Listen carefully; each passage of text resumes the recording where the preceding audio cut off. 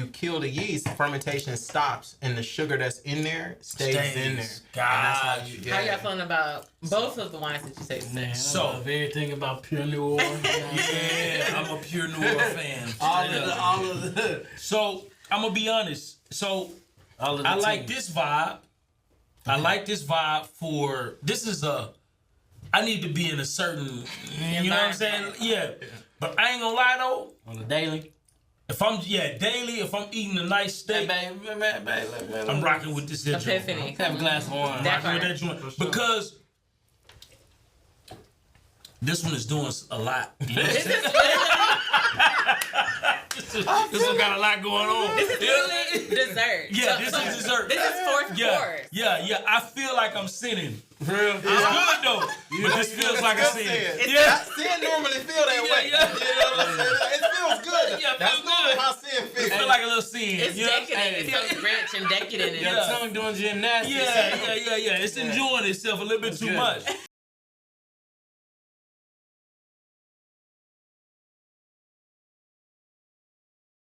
Welcome to another edition of the No Stingy Energy Podcast, where we talk wealth, health, relationships, and just pretty much everything centered around the life of an entrepreneur. And today we have a special guest in the building. You know what I mean?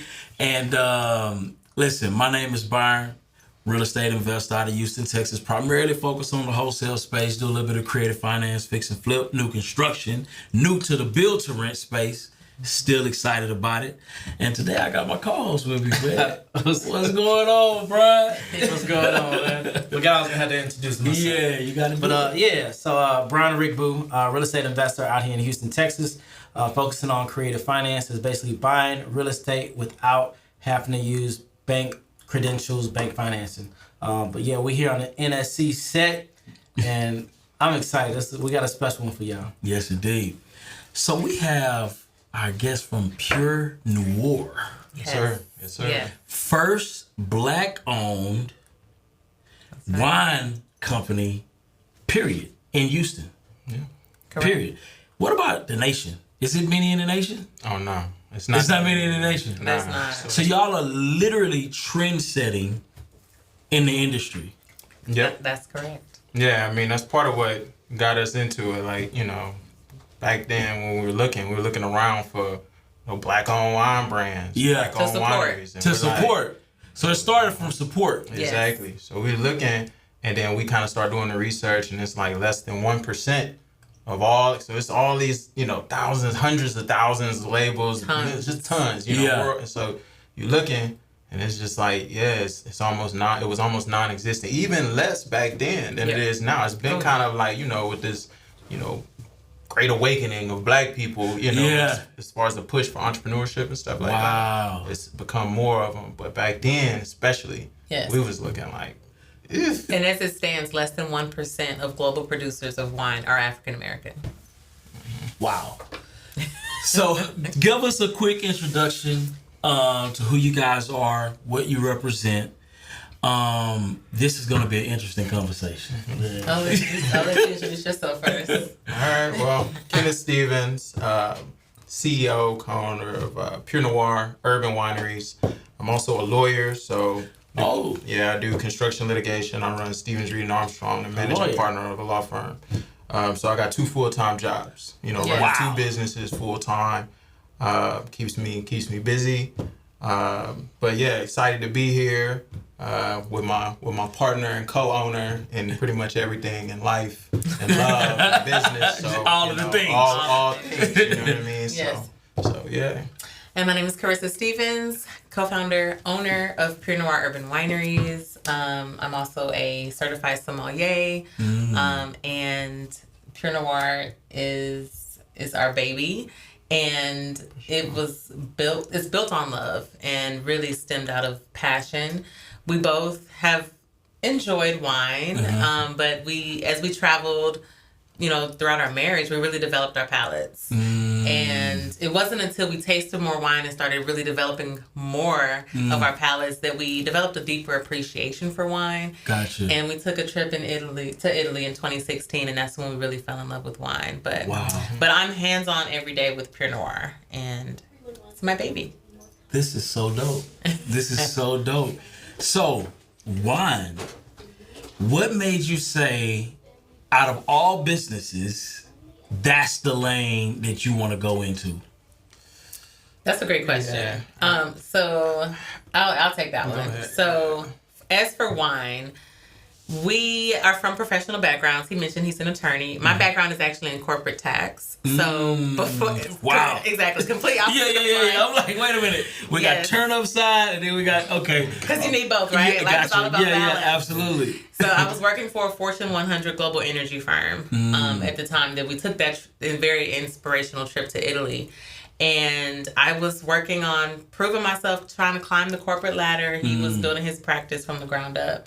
Wow. And, when we discovered that less than 1% of all global producers are African American, that felt like a call to action. In Italy, we discovered that wine is so much more than a drink in a glass. It is art, it is history, it is culture. Yeah. It's a universal language. Absolutely. And when we got back home to the States, again, we looked to our right and to our left. We did not find a single African American owned wine label in 2016 in Houston. That's interesting. And so actually, we didn't immediately come home and say let's make wine. After about 2 years after Italy, we were just continuing to taste, continuing to learn. Wow. We geeked out completely on wine.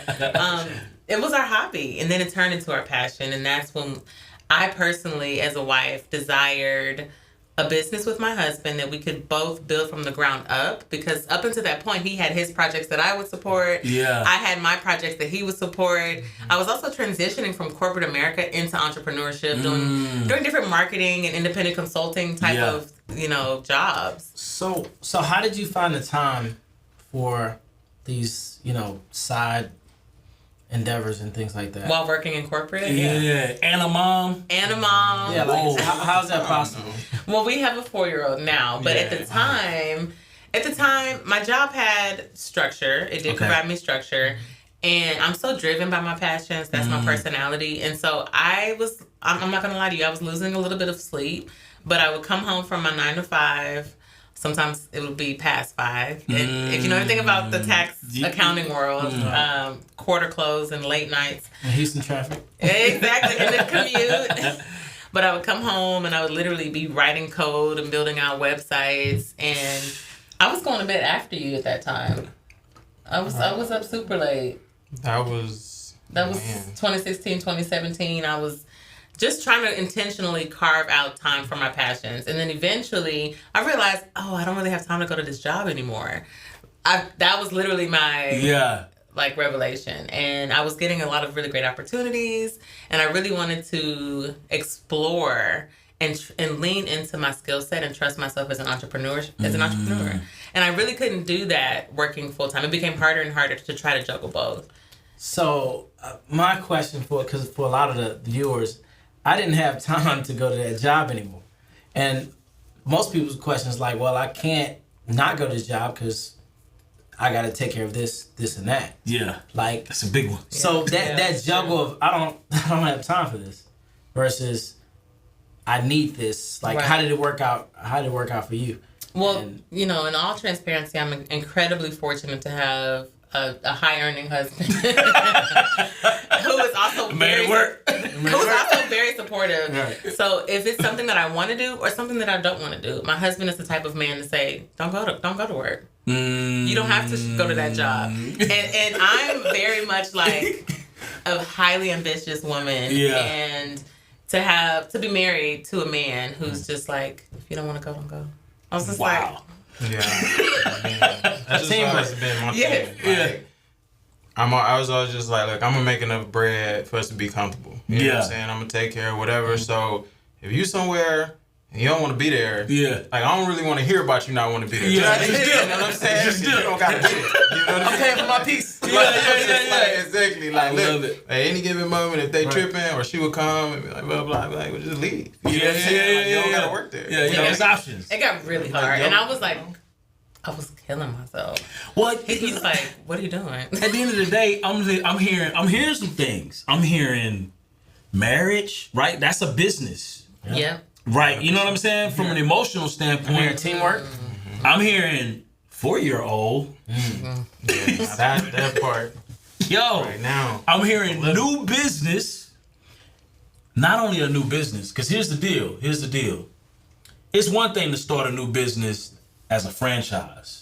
Everything bow Talk tie. about it. You understand what I'm saying? SOPs. You go to a couple trainings. You got all kind of mentors. You gotta Everything. follow the script. Talk Follow about script. Y'all started Pure Noir.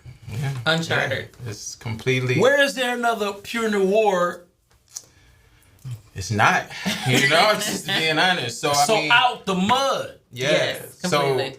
there's other. I mean, the urban winery concept isn't like brand new or Okay. anything like that. They exist, right? But there's just not really been one that kind of has our culture, right? And is catering to like really, you of course you cater to all people. Yeah. You want all customer bases, but a big part of what motivated us is, we go to tasting rooms, we go to Napa, we go to all these different places, and to be completely, transparent and candid, you walk in and you don't really feel like that's for you. You feel like Gotcha. you feel like you're Like more vision. interested in their culture. Why not? Why do you think Just because a lot of it, well, I don't know why, why it's set up that way, why nobody's done it, Right. but I know that the reason I felt that way is just because it didn't feel like it was done with me in mind, with my culture in mind.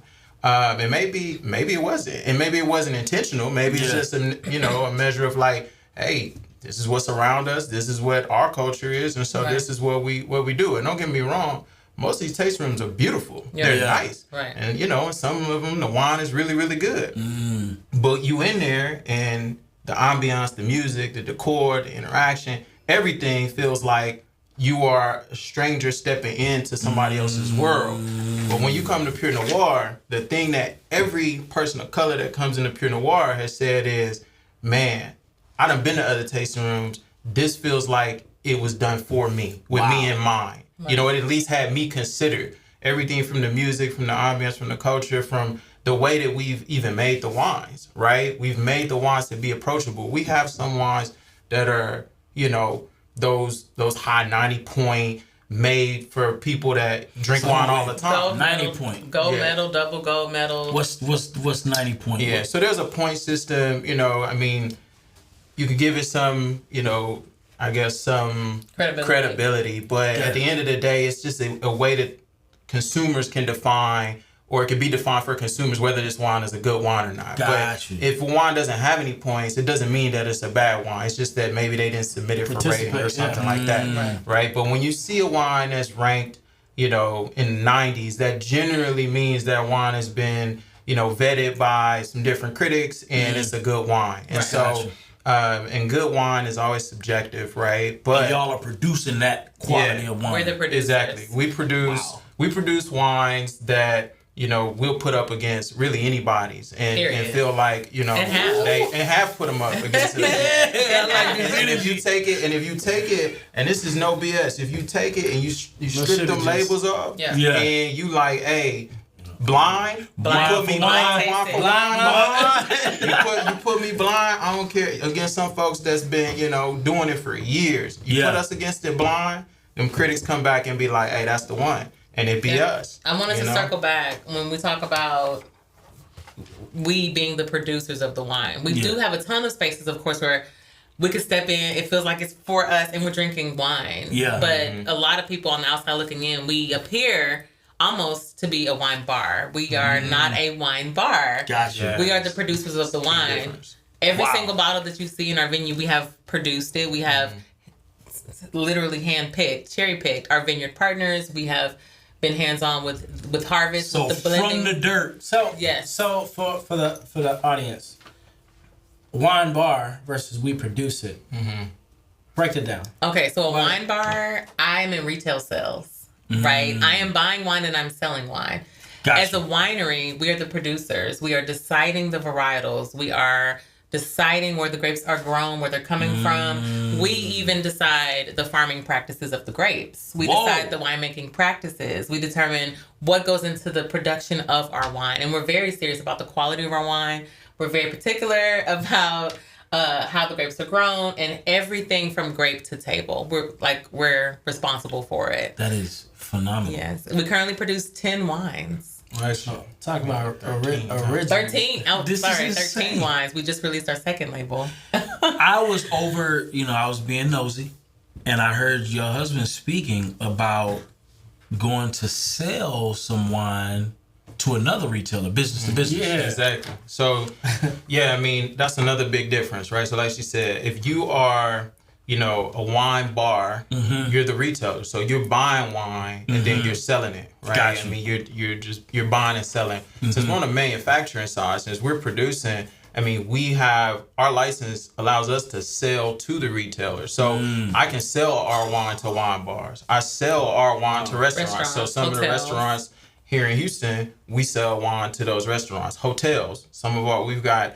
large corporate hotel partners. The Hyatt Regency, is one of our big hotel partners, carries Pure Noir wines and Shula's Steakhouse, as well as our new Arion label in their lobby bar and in some of their other places. So they're kind of one of our higher volume corporate clients. So, having the production side of things allows us to, go B2B. Right. So you just gotta close them.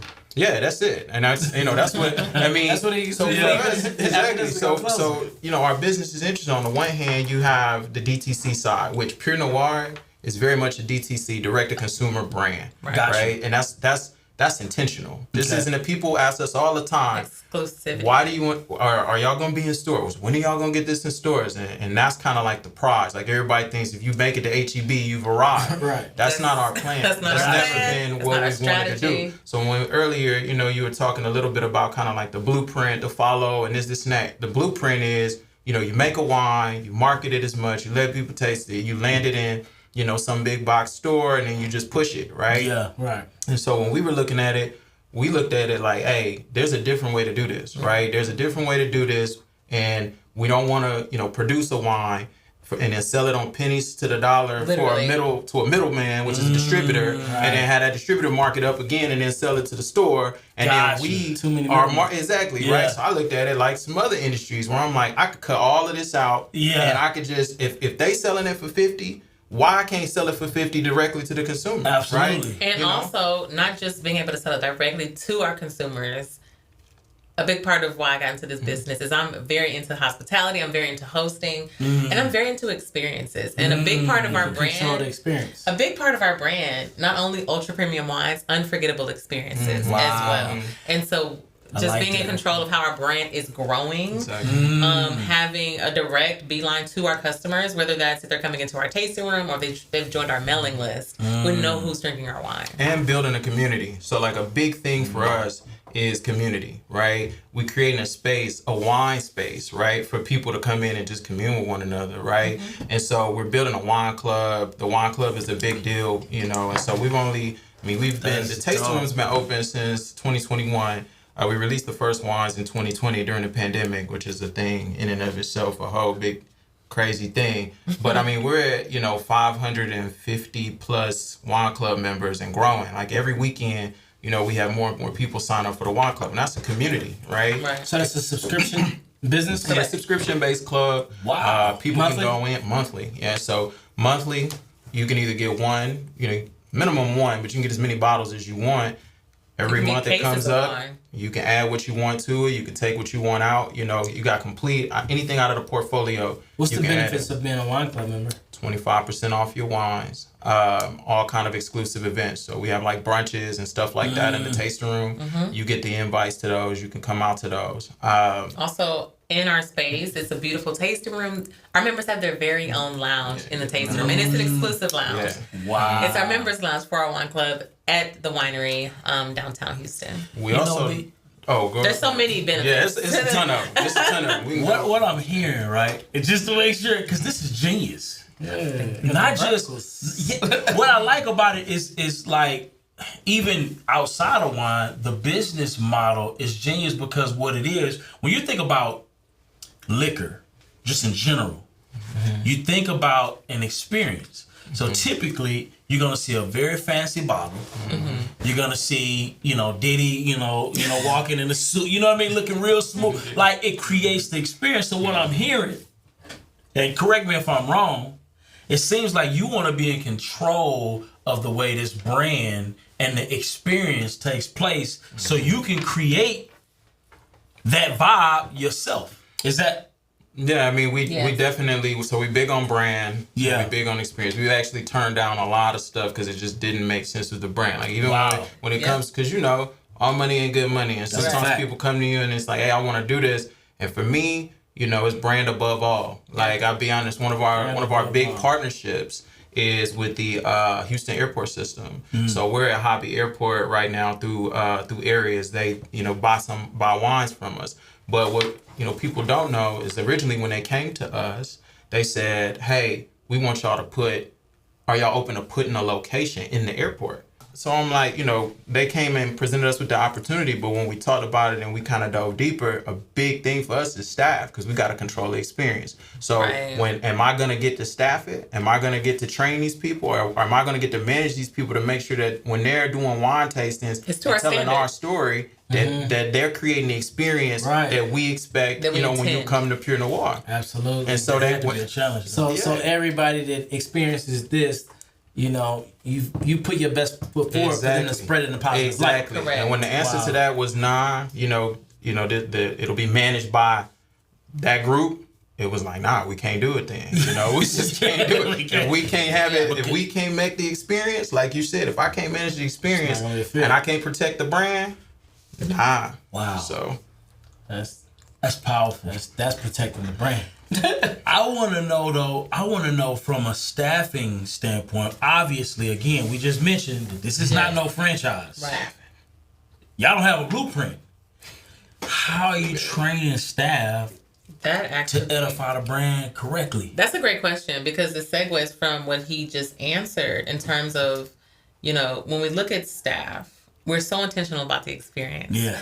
The experience at Pure Noir Urban Wineries is a guided, interactive, immersive wine tasting experience that could be duplicated in other locations if we are the ones training the staff.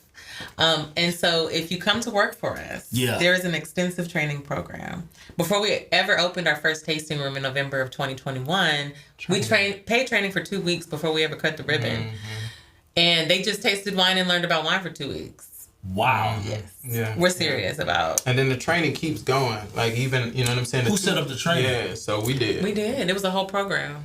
Whole training so program. y'all set, how long did it take y'all to create that piece? Well, I don't even know. The That training took a long program? time. It was a long time because we were trying to figure out how we would put all the content together for it, and so we did that, put all the content together. Yeah, and we then brought in experts. Then we brought in other people to we train have materials, them on sales, binders. They were in school for 2 weeks training. It was literally like we contracted people in to come in, teach sales, teach wine service, and then we were teaching them the basics of wine tasting, and of course our brand, our story. Exactly, and then our brand, So it was we put it all together. Now, it's packaged, so we got it now. But that first one, it was man, this is crazy. And then especially trying to do it too, because at the time when we were doing it, the tasting room was still under construction, so we couldn't even now when we're doing it. They're doing the pre-package, and then it's they can go out to the floor and they can see stuff and this and that. Right. We in conference rooms tomorrow. Okay, so now you're gonna do this. And then talking about a hypothetical tasting room. You know what I'm saying? And showing them the blueprint and the layout and the floor plan of the tasting room. Yeah. When is sleep happening? That's what I'm trying to find out. I'm gonna be honest with y'all. Well, actually, I sleep now. I don't. I sleep now. Straight up. I don't, because y'all. Everybody. So here's the thing. A lot of people don't even realize that I practice law full time still. You know what I'm saying? So everybody, even some folks that I grew up with back home, they'll see me post a 6-figure verdict that I just get, and they'll be like, "Wait, you still doing that?" Because there's so much attention on this, and so during the day, I'm still managing a law firm. You know, we got like 16, 17 employees that I'm, you know, directly responsible Just for at the firm. you know, just at the firm. But then there's the wine side of things. And so I get like, I'm hands-on with this brand constantly as well, right? He's more behind the But scenes. it's I'm all more behind the scenes. Yeah. I'm like all behind the scenes. Constantly on the phone with California, flying back and forth, the whole nine. That's now during the daytime though, generally from about 9 to about 4, you know, I try to knock out a lot of firm work. And stuff comes in sometimes on the wine side I gotta, you know, take care of or whatever the case may be. But I'm constantly in communication with her. I'm constantly in communication with my GM, my wholesale folks. And so that's at about 4. But then once I leave the office at 4, I just start my second full-time job, right? And so then it's all Pure Noir, all up until, you know, the wee hours, late at night, 12, 1 in the morning, you know. Which it could be worse. But I'm the type of wife, we get done when it needs to get done. Yeah. It'll always be there. But to rest and reset, we've gotten so much better about that self-care and being intentional. So I will literally close his computer. Yeah, I will literally say, I will literally say, come to bed right now. Yeah. It's time to shut it down. It's gotta get done. That's what I'm saying. Like for me, it's like, you know, we each we do a good job, I think, in, you know, being married and in business together. We figured out, okay, these are your strengths. So these are your responsibilities. That took a lot of work. I'm not finna That took a lot of work. do your thing, right? But these are my responsibilities. And I don't expect you to do, you know, manage or do anything with my responsibilities and vice versa. This is my role. So let's talk about that. You know? What are Carissa's strengths? What is she really good at? Just like, you know, it's best if you do that versus you. And what it's kind of like, hey, look. Yeah, I mean, I tell everybody, man, Carissa is marketing and sales. That girl can sell water to a well. She can sell smoke to a chimney. Like, it don't matter what it is. I mean, it don't matter what it is. She can sell it, right? Because that's just, you know, her strength, her personality. She's very creative. Just, you know, beautiful visuals, the whole nine. So, you know, marketing is one thing, because marketing is a skill set, right? She can put together content, she can, you know, market, she come up with different things, the whole nine. But the sales piece, she's really good at marketing. Don't get me wrong. Very good at content creation. But sales is, I think anybody would agree, sales is very, very challenging. Yeah. Right? Sales is very challenging.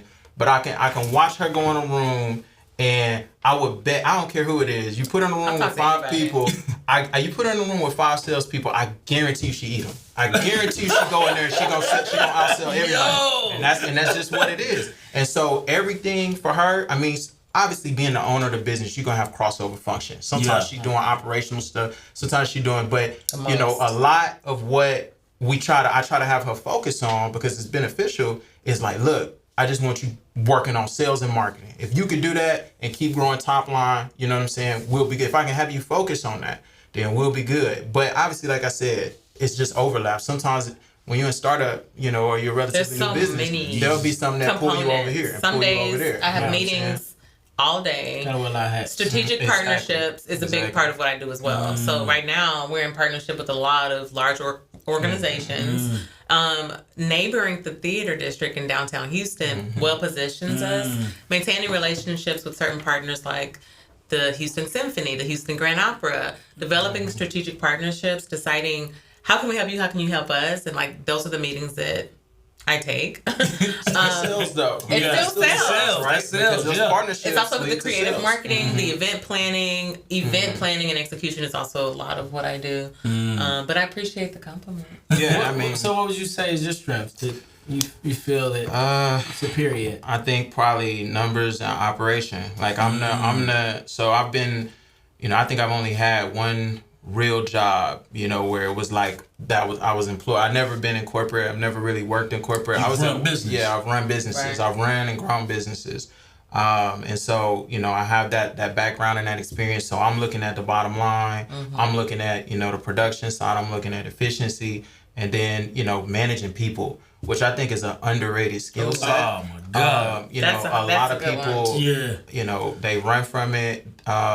Some people are really good at just like the positive side of it, but a lot of people are non-confrontational. Yeah, and that was me, and he had to help me with that. I'm just kind of like, I feel like you got to be able. Yeah, exactly. I had those like I'm the one that'll come in and be like, look, it is what it is. You know what I'm saying? Yeah. Like, but at the same time, I try to be a very like, fair and a very motivational person as well. I'm rah, let's get it, and the whole nine. But at the end of the day, like, you can't be all like sugar. You know what I'm saying?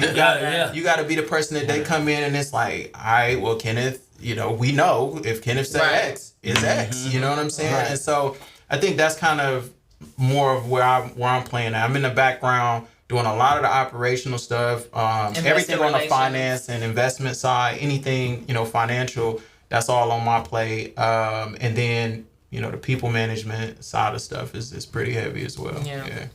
So I want to back up a little bit because of this is major. You CPA? No, not a CPA, but was on track to be one. Okay, so you were CPA eligible. In that world. Okay, so you were going in that direction. You're, practicing law. You guys got, what? I know you glanced over that experience, but tell us about that experience when you guys first like fell in love with wine, and then I want to start talking about those struggles because I know it wasn't easy. Yeah. But, what got y'all in the wine? So Italy, was a big deal. When we were out in Italy, it was so communal, right? So, we visited multiple cities, right? We went to Milan, Florence, Venice, Rome. Italy was y'all there for work or vacation? Yeah, we just was it multiple times or just we went out there one time and stayed out there for a while. What year was this? 2016. We'd already been married for 2 years. We were deep into our careers. And that's when we said, we need a break. Let's get out of here. So y'all were overperforming on that side too. So no kid yet. No kid yet. Deep into your careers. Yeah. It was one of those things where like married for 2 years by that point. Yeah, like relatively newlywed, but you notice like y'all going hard, right? So she doing, the oil and gas tax thing, and I'm going hard. So it's like, all right, we gotta check out for a little bit. And it was a dream trip for us. Dream trip. Yeah, it was like literally on my bucket list to see Venice. You know what I mean? Like that was the thing that I was like growing up. I was like, man, the city on the water. I want to go see that, right? And so we went out there. I highly recommend. Yes, highly recommend. Venice, man, it was beautiful. Yeah, but it was communal. We were welcomed with open arms. Well, we was in this little town called Todi. So we went to all these beautiful cities. It was like 2 weeks. Yeah, almost 2 weeks. Yeah. Almost 2 weeks. Yeah. Okay. Yeah. So not quite 2 weeks. We were in this little kind of our home base was this little town that sat kind of conveniently between all of them, but it was like really rural. In Tuscany. And it was beautiful. No one's ever heard of this place. Todi. It's called Todi. And Todi. Yeah. Geographically, if you were to look at a map, it's like the center of like all these other great major cities like Rome, Florence, Venice, it's Milan. Like 45 minutes, maybe 45 minutes to an hour. Tony is just right there in the middle. It's like this little bloop. But it's so beautiful. So what went down in Todi?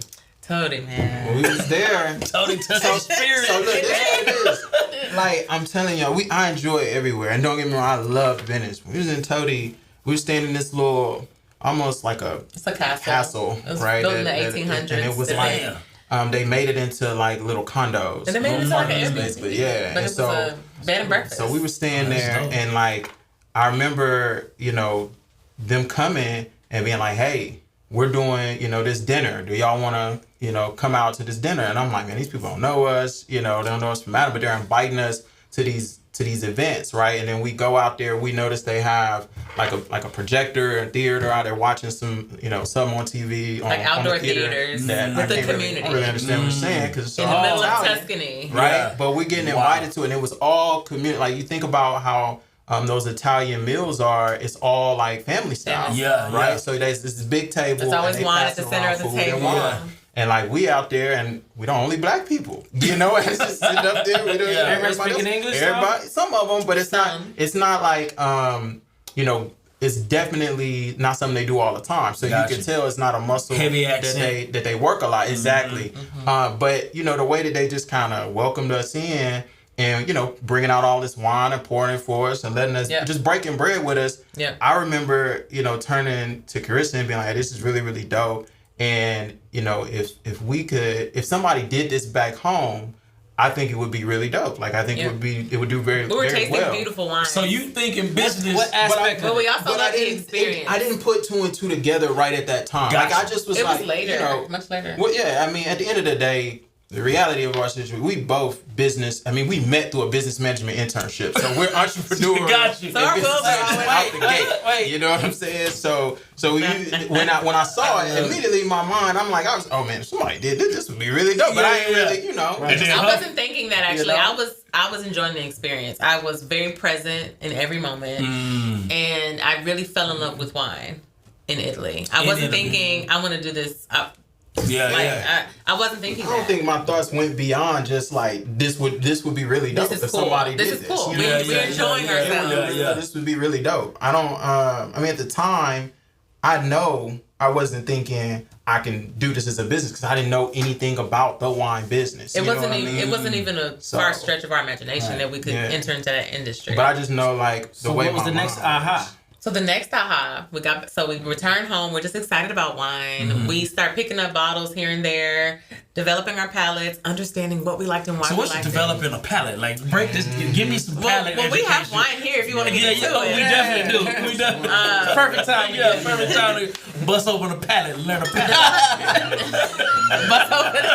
My palate been waiting. So developing your palate is about tasting wines outside of your comfort zone.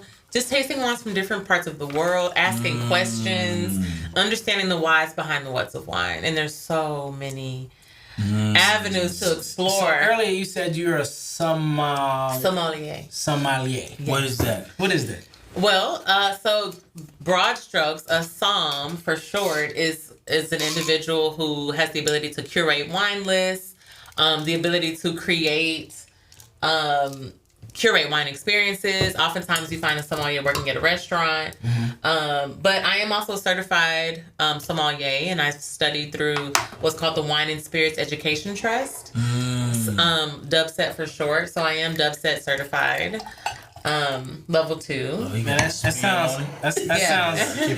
doesn't sound like something anybody can do. No, it's actually fun. Before you taste, so we're going to talk about the 5 S's of wine tasting. Okay. But yes, so I'm WSET certified, but I'm also a sommelier. And yeah, one of the things that I love is the wine education because, with all things, the more you know, and especially with things like wine and consumables, the more you know, the more you can appreciate. And there's so much depth into the world of wine. And so a big part of what we do at Pure Noir is the education. Like we break it down. We give you the whys behind the whats. You don't have to feel intimidated at any point because it is an experience that even if you are completely novice, you've never been to a wine tasting, you don't know the first thing about wine, you just know white and red and rosé. Walk away feeling like you walk away having learned something, and that's empowering. And I love the ability to empower other people and to like really break it down and educate, because that's another reason why we're here is for the culture. Oftentimes, people of color, we don't have the exposure, we don't have those wine experiences, and so that is a big driving factor and motivator behind Pure Noir is to be that safe space. And so when we're tasting wine, a simple way to remember is the fundamentals of wine tasting, which we refer to as the 5 S's of wine tasting. The 5 S's. And like our experience in Italy, it's meant to slow us down. It's meant to engage all 5 senses, right? So 5 S's, 5 senses. We start with what we see. Okay. So when we hold our wine by the stem, and there's a reason why stemware was invented. So I implore you, every time you're holding a wine glass, please hold it by the stem. Okay. Why do we do that? So that if we held it like this or like this, the natural body heat that we put out will actually warm up the wine in the glass. Oftentimes, wine is served at a very specific service temperature, and we want to keep it at that service temperature as long as possible. So hold it by the stem. That way, stem me, please. Yeah. That way, you're not imparting your natural body heat on the temperature of the wine. So, what do we see when we look at this? Can y'all get a load of this? Well, we see that it's a very deep, rich color. That's an indicator. We kind of get an idea of what we can expect. This is Pure Epiphany, and I have to talk about this wine. Pure Epiphany, and we're just going to start with the big bold red. Let's do it. Because this wine was the very first wine that Kenneth and I ever started producing. Wow. So, we're sitting on the couch. This is even 2 years after Italy, and this is that moment. We're feeling overworked again, of course. Okay. And we're kind of sitting there, and I'm working on like a marketing proposal, and he's working on a legal document. And I'm like, you know what, babe? That's when I had that epiphany, especially after discovering that less than 1% of global producers are African American. That felt like a call to action. Wow. And I desired a product-based business that I could scale so that, in theory, one day I wouldn't feel so overworked all the time. Yeah. But also something that I could build with him that we were both mutually passionate about. And the epiphany was that wine was at the center of some of our very best memories. Wow. While we were discovering wine, it was a rediscovery of one another as well. So it brought us closer together. And the epiphany that we had was that we should become vintners. We should try our hand at this. We don't care if it looks crazy in the beginning, which it did. We're going to learn how to enter into this industry. And we did. And that epiphany that we had manifested itself into our first wine product. This is called Pure Epiphany. Pure Epiphany. Listen, the queen. If you haven't already, make sure you rate, comment, and subscribe. Check the links. We're definitely going to have this link in the description so you guys can check it out. And when you're in Houston, you need to pull up to Pure Noir. But here's the deal. Wait a minute, because I've heard some stuff we got to unpack. We definitely got to unpack. So number one, you guys met at a business conference? Business management internship. Business management. That's how y'all met. We were in college. Yeah, we met at a business management internship. It was a big competitive internship. We were at two different schools at the time, but we both landed the internship, which was in Houston. So you said to self, I know I am highly driven.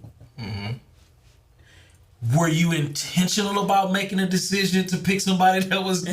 No. that wasn't it at all. So like I said earlier, man, for me, I've always felt like I'm gonna be super ambitious and I'm gonna, make enough money that whoever, I wound up marrying is gonna be taken care of. So money and how ambitious they were and everything was never a thing, right? I think it was just, I really fell in love with her personality from a just being a light standpoint. And I think, kind of that's probably why she's so good at sales. So I call my wife like the light in every room, right?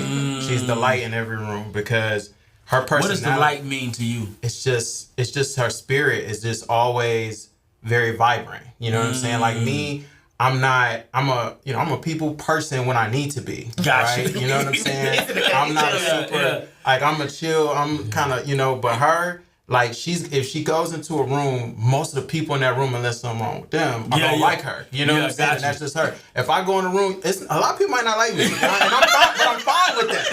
You know what I'm saying? I'm perfectly cool with that. Bro. I know my fruit.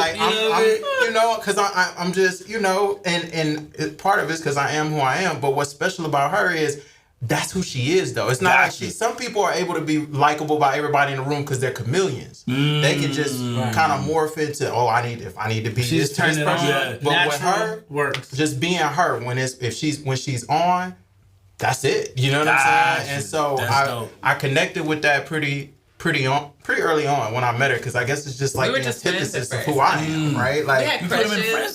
Yeah, we were friends. We were friends in the beginning, yeah. There was probably definitely a mutual crush, but there was a lot going on at that time. Gotcha. Yeah. And we were put him in a cage. We hung out. No, I knew early on that he was incredibly special. And I actually told him that I loved him even as a friend. I was just like, you know what? I really love you. Damn. How long y'all's friends? Like those type of friends? Yeah. Platonic. So from 2008. We were hanging out till 2000 and. What I'm saying, I'm talking about when y'all were really friends. How long? Friends? Yeah. Like that went long. It was long. It was real short. Y'all were friends.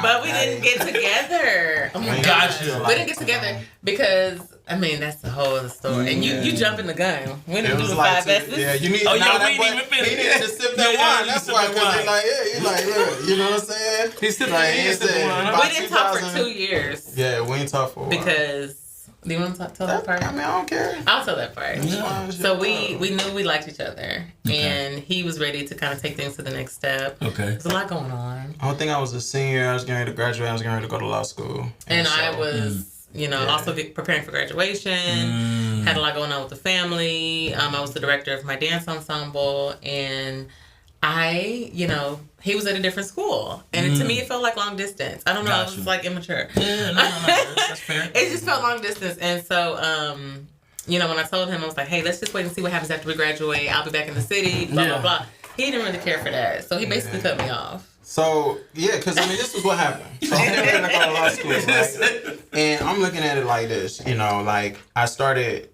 seriously thinking about, okay, I'm about to be really busy in law school. And then once I come out of law school, like it's going to be a lot of people that's trying to rock with me just because I'm a lawyer and I'm probably making good money. So for me, like I need to start seriously dating while I'm in law school, or be with somebody that I truly care about. Yeah. And so I'm like, what are we doing? Because we have been kind of talking off and on and this and that, but like I'm like, it's been 3 years now. Like, what are we gonna do? You know what I'm saying? It's either it's time for us to put up or shut up, right? We gotta either get serious or move around.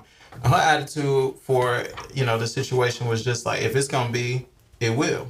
I'm just a firm believer. If it's meant to be, if it's meant to be, it will. I was like, okay, bet, for sure. But so I didn't immediately cut her off because of that. I started. He befriended me on Facebook. Are you serious? And on that note, nah, come on, man. I started dating somebody. Let's tell the story. You didn't open the door. Let's get it right. So I started dating somebody while I was in law school. Okay. Right? I was dating somebody, and just like she said, she told me she loved me while we were still friends. I was with this other chick. I didn't know he had a girlfriend. And I got a text message while this chick was sitting here next to me. And it came through, and it was her. And I'm like, and so she like, what's that about? But it didn't say, I didn't see it because you couldn't see what the message was. Yeah. And so then she was like, so you're not going to open it? And I'm like, and so you got that awkward moment, right? Yeah. You got to make a decision. I'm like, I don't know what this chick texted me about because it had been a while. Right. And then I opened the message. No, I think we were actually talking at first, and then I ended by saying, all right, love you. She said, I love you. And then when I saw it, she said, I love you. And that was it. Like, chick that I was with was like, cut off. Yeah. You had to make a decision. What you going to do at that point? So 2 years went by, we didn't talk, and then she was crazy and that didn't work out, and he, long story short, going back to the internship, all those years ago, we were on a field trip to a place called Waxahachie, Texas, which is where the distribution center. Y'all in these little towns. Yeah, these little towns, man. And they stick. Like, those are the towns most people would just forget. Right. Great things happen. That's what was happening in the little town. Our first real conversation was 6 hours face to face on a bus ride.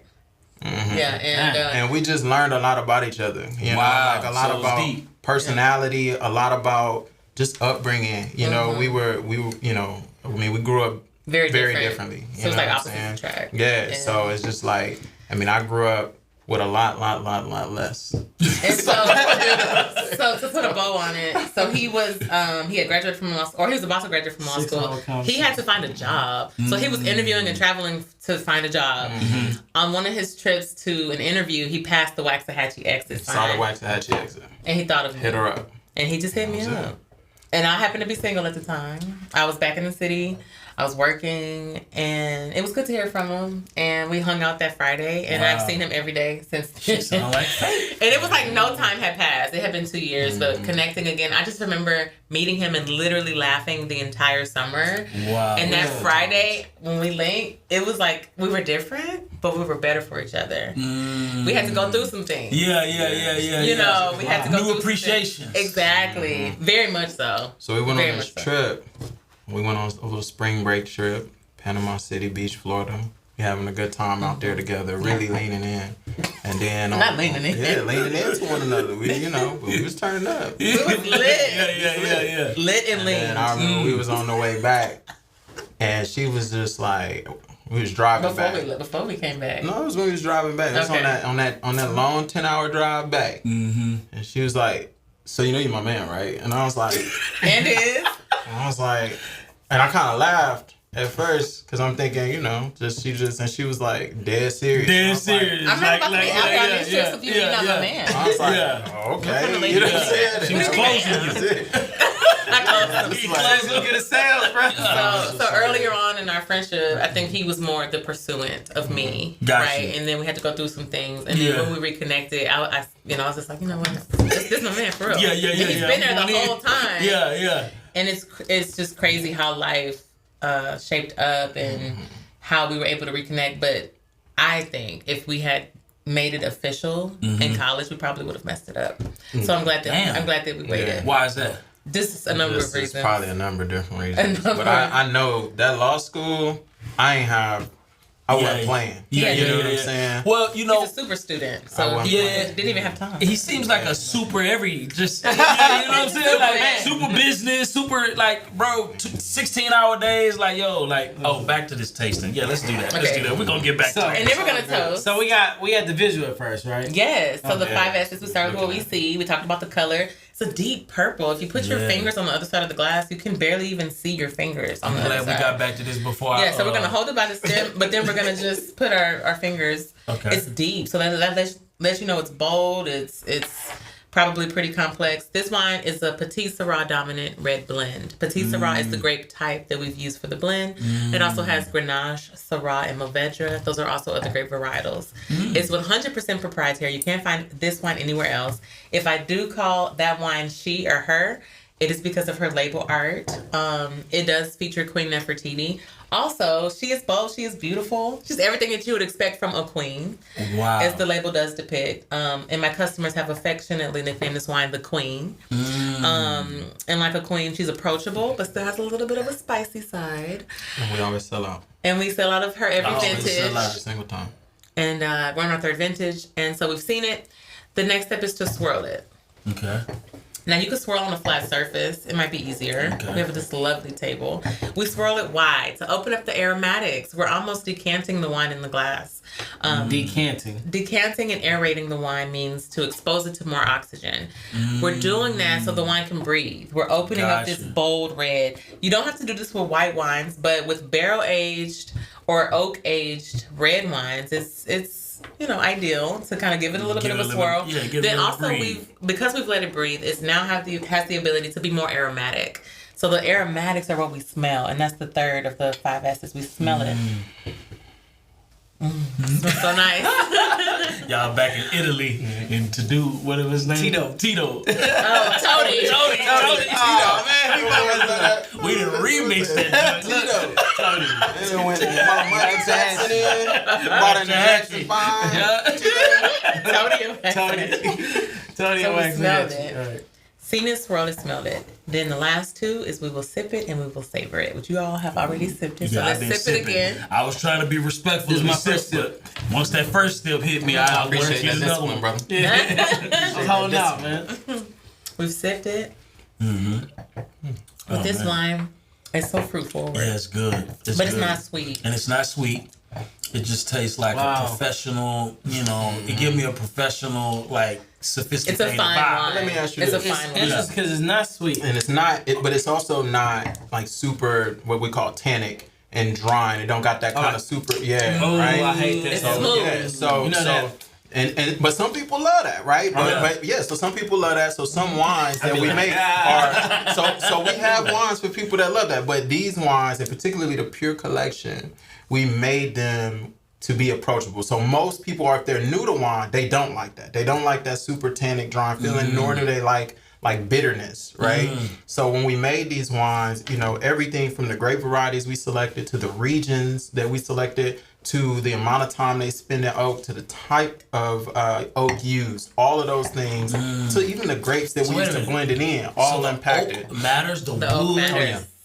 The oak matters. You got French oak, you got American oak, you got Hungarian how oak. does this You work? can age wine in a number of things. You can age wine in Steel, concrete. In premium winemaking, you'll likely see wood How do or they barrel. clean it? Keep it. So, so the cooper is the one that's responsible for like producing the barrel. Okay. Otherwise known as a cooperage, is the place where you actually source your barrels. Okay. They put these staves together, what's called wood staves, and they produce this barrel, and then they're using fire and steel to bend it into shape. And then once you get the barrel, a winemaker can elect to age a wine in a barrel, in different types of barrels. Different types of woods produce different types of tastes Wow. that impact the wine. And how long you age the barrel determine how intense those flavors and aromas from the barrel are on the wine. Also, you can age wine in a barrel that's been in use for several vintages, but as the barrel ages, it actually produces less intense oak flavors. It becomes more of a neutral barrel. And there's a time and a place for all of this. You To just be clean honest. it with. I mean, it's a pressure wash. And so you guys are involved in all of these. Yeah, so we can determine if we want the wine aged in French oak or if we Yep. want to age in American oak. We can determine, what when we go to blending, what do we want to blend it with? I mean, we can make a number of different determinations as we're developing the wine. Oh, So yeah. And so I'm looking at the design aesthetic. You guys picked a lot of Egyptian art. Right. What is that about? So these are 3 out of the 10 wines that we currently produce. Okay. But these 3 are really special. And the reason why they're here together today, these 3 are the Pure Collection. The Pure Collection, they're meant to be together as a set. It's the perfect trio. And when we first decided to become winemakers, we knew we wanted a beautiful, bold red, proprietary red blend. But we also wanted a white wine and we wanted a rosé as well. So when we first launched, these are the first 3 wines that we ever started producing, otherwise known as the Pure Collection. But we chose the art because we wanted artwork on our bottles that was rare and distinctive. When you go to wine shops, there's a ton of labels.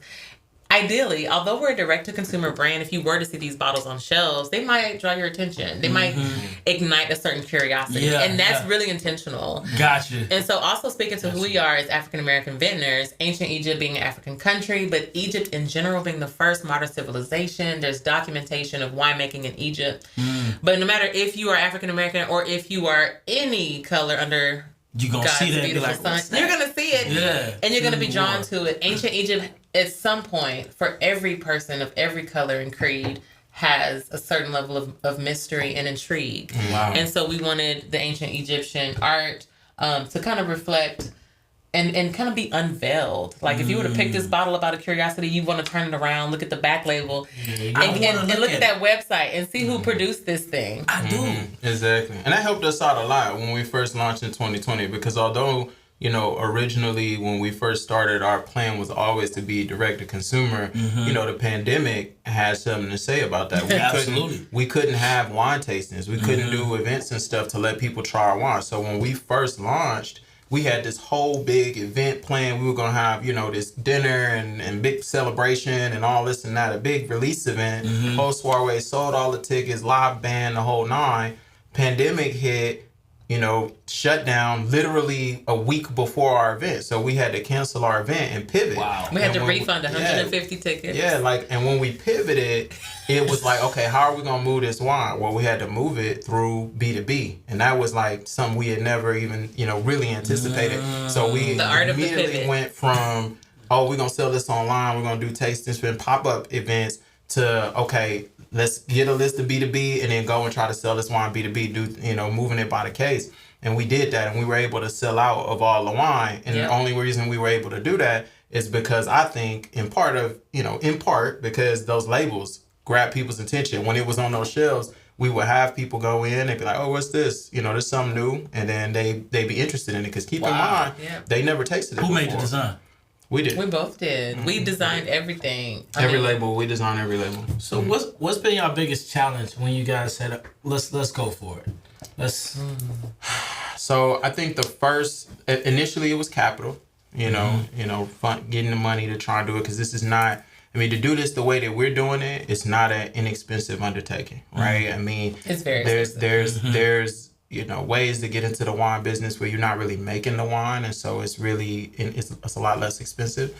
But when you're trying to have more control, it's expensive, period. And so we bet big, and then capital was one. The other one I have to just say is staffing. People. Staffing is tough. Trying to build a core team of people. Because I think at any business, and especially like startups, right?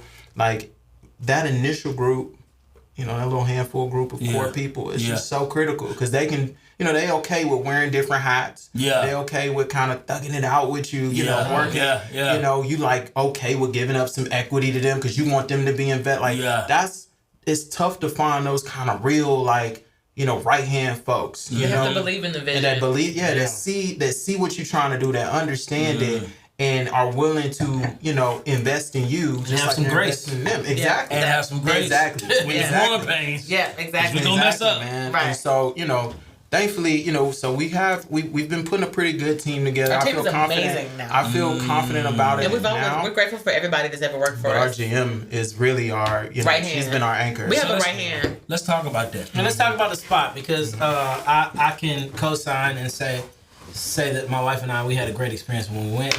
We went on a couple of different occasions, and you know, the customer service was, you know, from when you first walk into the door. I mean, I wasn't able to take 3 steps without being greeted with you know, pleasant energy. So I could co-sign on that.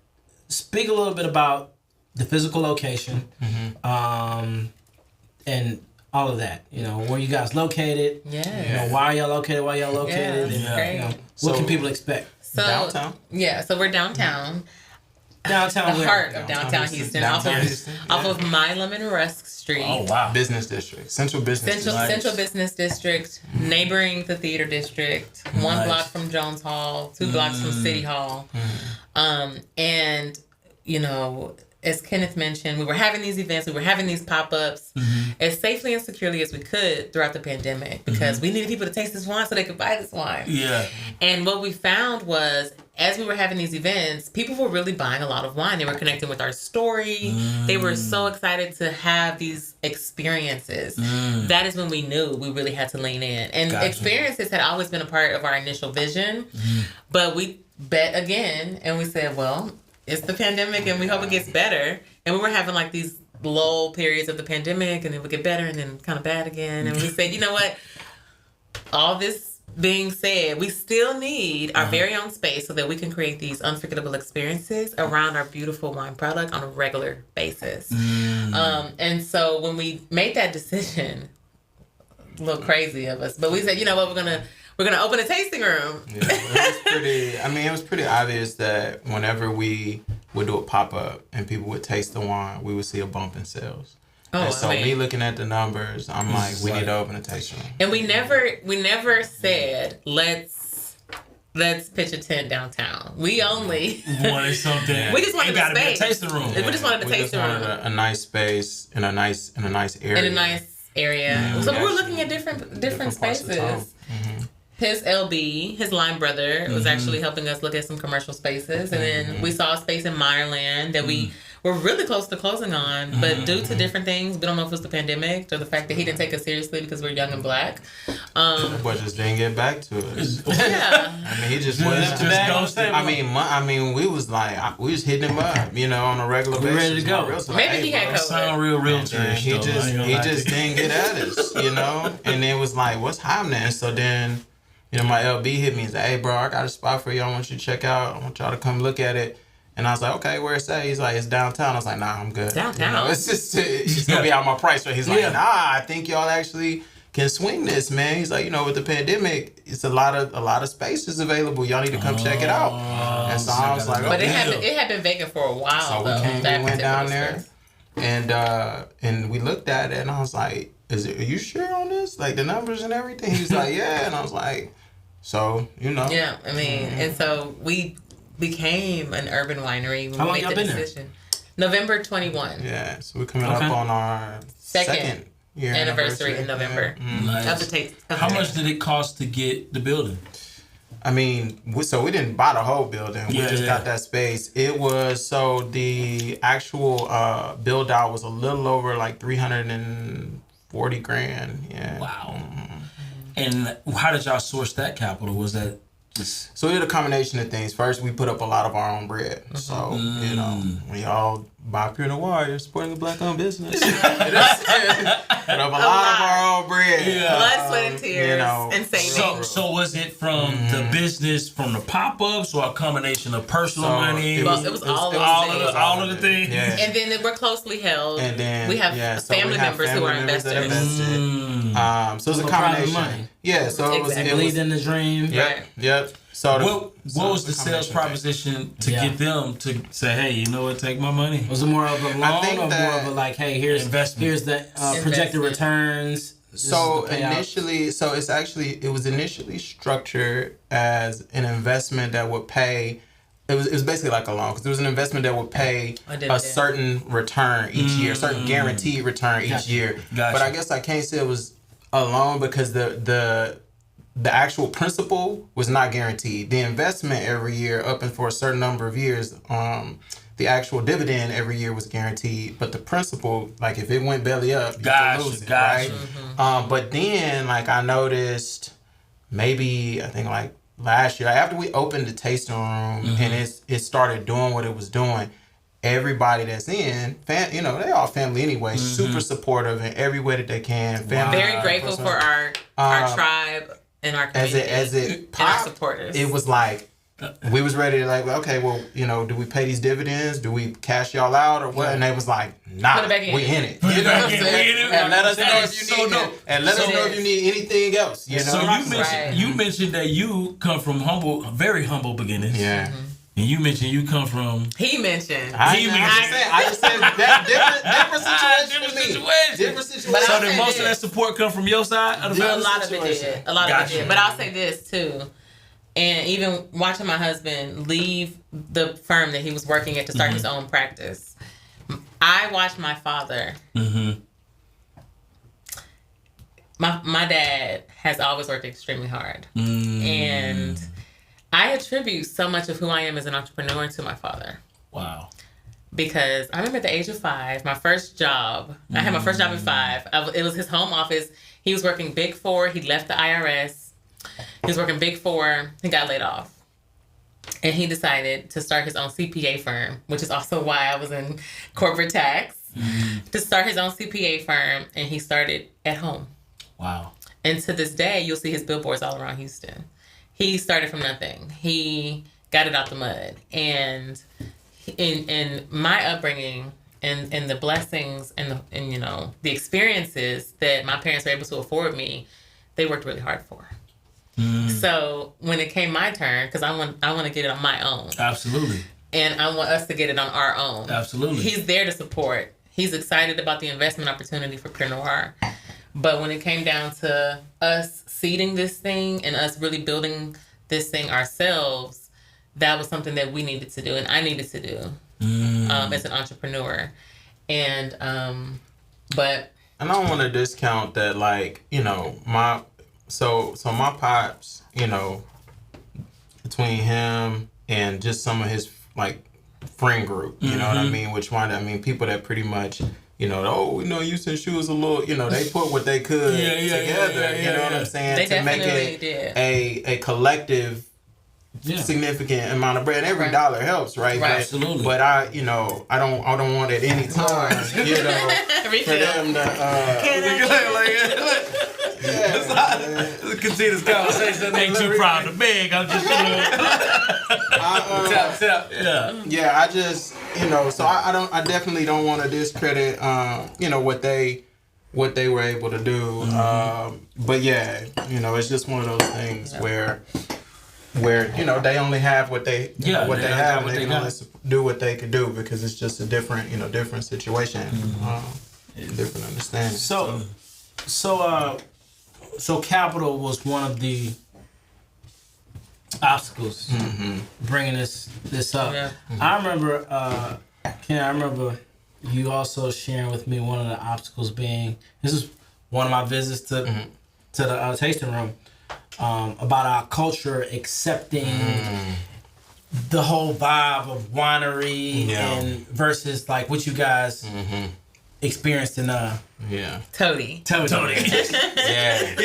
did black folks accept the Toady? This is cool in Toady. It takes us back to the H and make it black. Exactly. It didn't work that easy, did it? No. I need a black Toady. A lot of people, they come to us, and the spot is so vibey. It's so beautiful on the inside, and then the customer service is good. And so you get the social media thing happening, and it kind of goes, you know, and it Yeah. takes on a life of its own, right? And so people come there. They want to like people come from Atlanta. People come from different places. People get on planes and they come. Don't pack a bag. Come to Pure Noir and leave. And they don't and go back home. But they don't know what they're getting. They don't know what they expect. Wow. So they come to us, and you know, it's like it's introducing them to it for the first time. And I think for a lot of people, you know, their expectation is something different. They think it's like a Houston like vibe dining scene or a Houston, you know, club scene or something like that. And it's like, no. Or a bar scene, you can come and sit for 3 hours and just get one glass of wine. So you gotta understand. Versus as a wine tasting experience. It's a very dedicated amount of time. We're on a schedule, you know what I'm saying? And what you gotta understand about tasting rooms is, I mean, they're not set up like wine bars for you just to kind of kick it and shoot and hang out. Like, it's literally a designated amount of time and experience, and then you make a decision. Are you going to join the club, or are you going to buy wine? And then that's kind of it. And you kind of move on, right? Tasting room. And that's and what it certainly is. come back when we have events and we do fun things. But I mean, when you like one of the perks, for example, our wine club is that's why we have a wine club lounge, is because over here it's a bunch of presentations of wine, right? And then and that's really it. If you're a wine club member, you can buy a glass and buy a bottle. For you 3 can hours. kick it. You can hang out. But have in this dinner room, actually. We have a food menu for exclusive for the club. So y'all don't sell to the open public? We don't sit. We do have food options, but in terms of like a full menu, we have charcuterie. We have charcuterie for the general public. The little meat and cheese board. Gotcha. But we don't have like actual food menu for like because it's not set up. So cool for you to sit. Because that's like back to what they said. A lot of people anticipate, it's another they want lamb chops. It's another Houston hot spot. So exactly, they said they want lamb chops. Chicken and waffles. Exactly. Hey, hookah. Why they want to sit? Y'all have a full kitchen in the hookah. Y'all have hookah. What we doing? I mean, the amount of people that hit us and be like, "Hey, so we can't just stay in our section if we after?" And it's like we don't have sections. You know what I'm saying? We don't have sections. It's a wine tasting. You come, you do your tasting. So it sounds like that was one of the biggest obstacles. The education. Educating them that this is different. It's completely different from this isn't a big wine market. Like, it's not like in California, you don't really have to explain to people what a tasting room is. Right. In Houston, because there wasn't a whole, like, this isn't a thing in the city, you have to explain to people and really, so we went through a whole thing, we talk about SOPs of like, okay, we need a drip campaign for each person that's booking a tasting or that's thinking about booking a tasting to set the expectation. So exactly. So it's like, okay, when you book, you get an email. This is what you can expect. Then it's closer. Then you get another one. This is what you can expect. And then you get a text message. And you're trying to set that expectation so that when they get in there, they won't be like, this is not right. Like, no, this is exactly what it's supposed to be. Exactly. But you get a lot of folks, you know, we get a lot of walk-ins. And so you walk in, you just heard about, you saw this, and then you walk in, and then that expectation is exactly. So that is one of the challenges. That is one of the challenges, man. But you know, it comes with the territory. Right. You know, when you're doing something pioneer, innovative, right? You're doing something that hasn't been done. So that just kind of comes with it, man. You gotta take the good with the bad, right? So what's next for you guys? Well, like what do you guys work? What's the milestone that you guys are set looking at? That's the next checkpoint. Wow. So there's a lot that we're doing. So I tell you, so the first thing is we just released Arion. So Arion Wines is like our B2B. So we going hard on that right now. 2 minutes real quick. Why did y'all go Arion instead of Pure Noir? Because it's gonna be less expensive. So Arion is Pure Noir. Actually, Arion is Noir spelled backwards. So it's literally on the front of the Arion label. It says Arion Wines, and it says from the Pure Noir portfolio. But this is our premium brand, whereas Arion is our not premium brand. It's a second label, and it's great. It tastes great. It's scalable. It's more accessible. Yeah. It's just break down what am I losing when I go from Arion from Pure Noir? What am I losing as a... You're not losing anything. In fact, it's all about your palate and what you're looking for. So there might be a time and a place where you need that pure epiphany because you have a date with your wife and this is the bottle that you want to impress her with and it's going to pair so perfectly with your steak dinner. I'm getting and there's another bottle. I'm just letting you know. Steak sound good right now. Right. And there might be another time where dang, I'm headed home. I don't have enough time to order my wine, and I'm not going downtown. I'm going straight to the house after this meeting, and I just need to grab something to go to this barbecue cookout. And I want some rosé. I'm gonna swing by OST Liquor, Wine, and Spirits and pick up a bottle of rosé. I think pricing is going to be a big well. deal. You know, like from a pricing standpoint, the Arion wines is going to be a lot less expensive.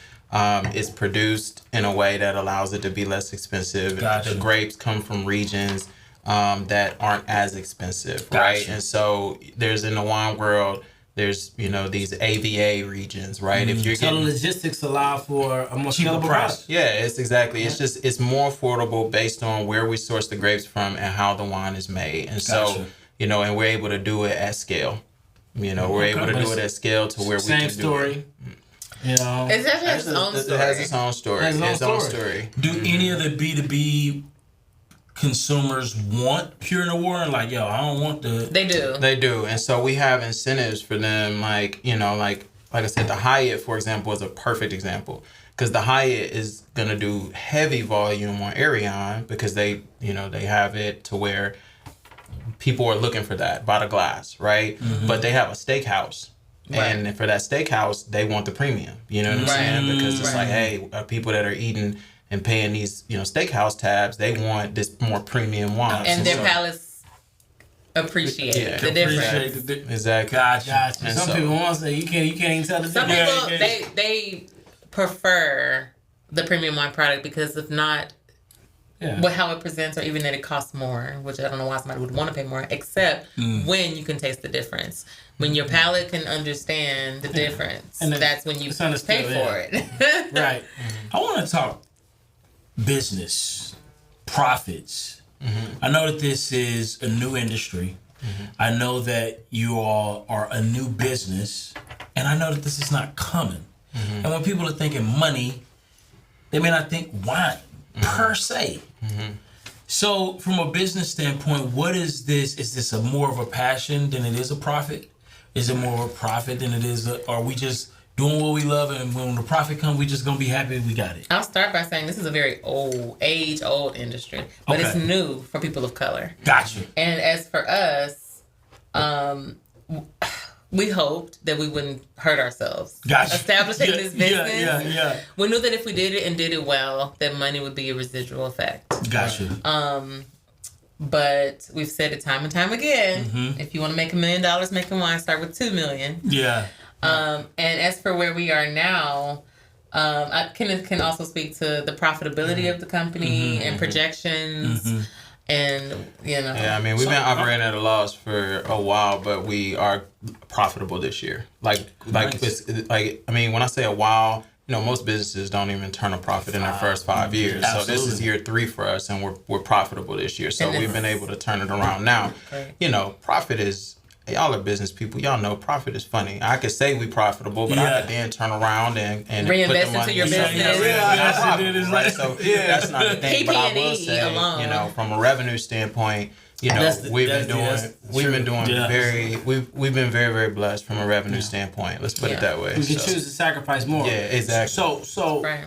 real quick, we're always talking about profit because I'm a big, you know, optimist as far as if I know where I'm going, that's where it's more so not here or what's going on right now, first 3 years, but where do you see? Because I'm sure as a business person, you're not getting anything that you're just gonna spin your wheels unless Right. it's just pure passion project.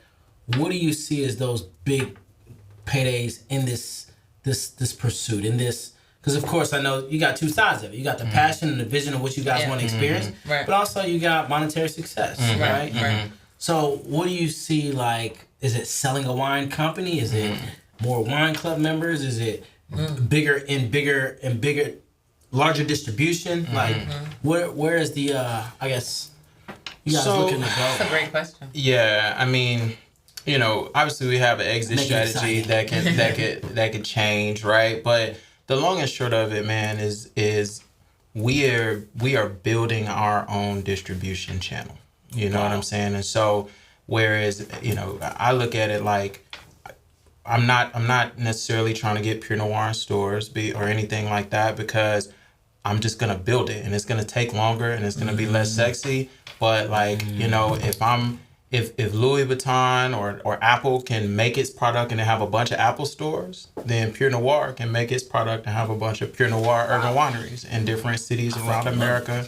And then when I read that way, just like with Apple, when you release a product, like when Apple released the iPhone, that shit sold. Because it's a bunch of people, and they don't need to try and get it in those store, whatever. They sell it at the Apple store if they wanted to, and it's gone. It's the same thing with Pure Noir. So we're Pure Noir Urban Wineries, plural. Which is plural. That was not unintentional. It's not Pure Noir Houston's Urban Wineries. Pure Noir Urban Wineries.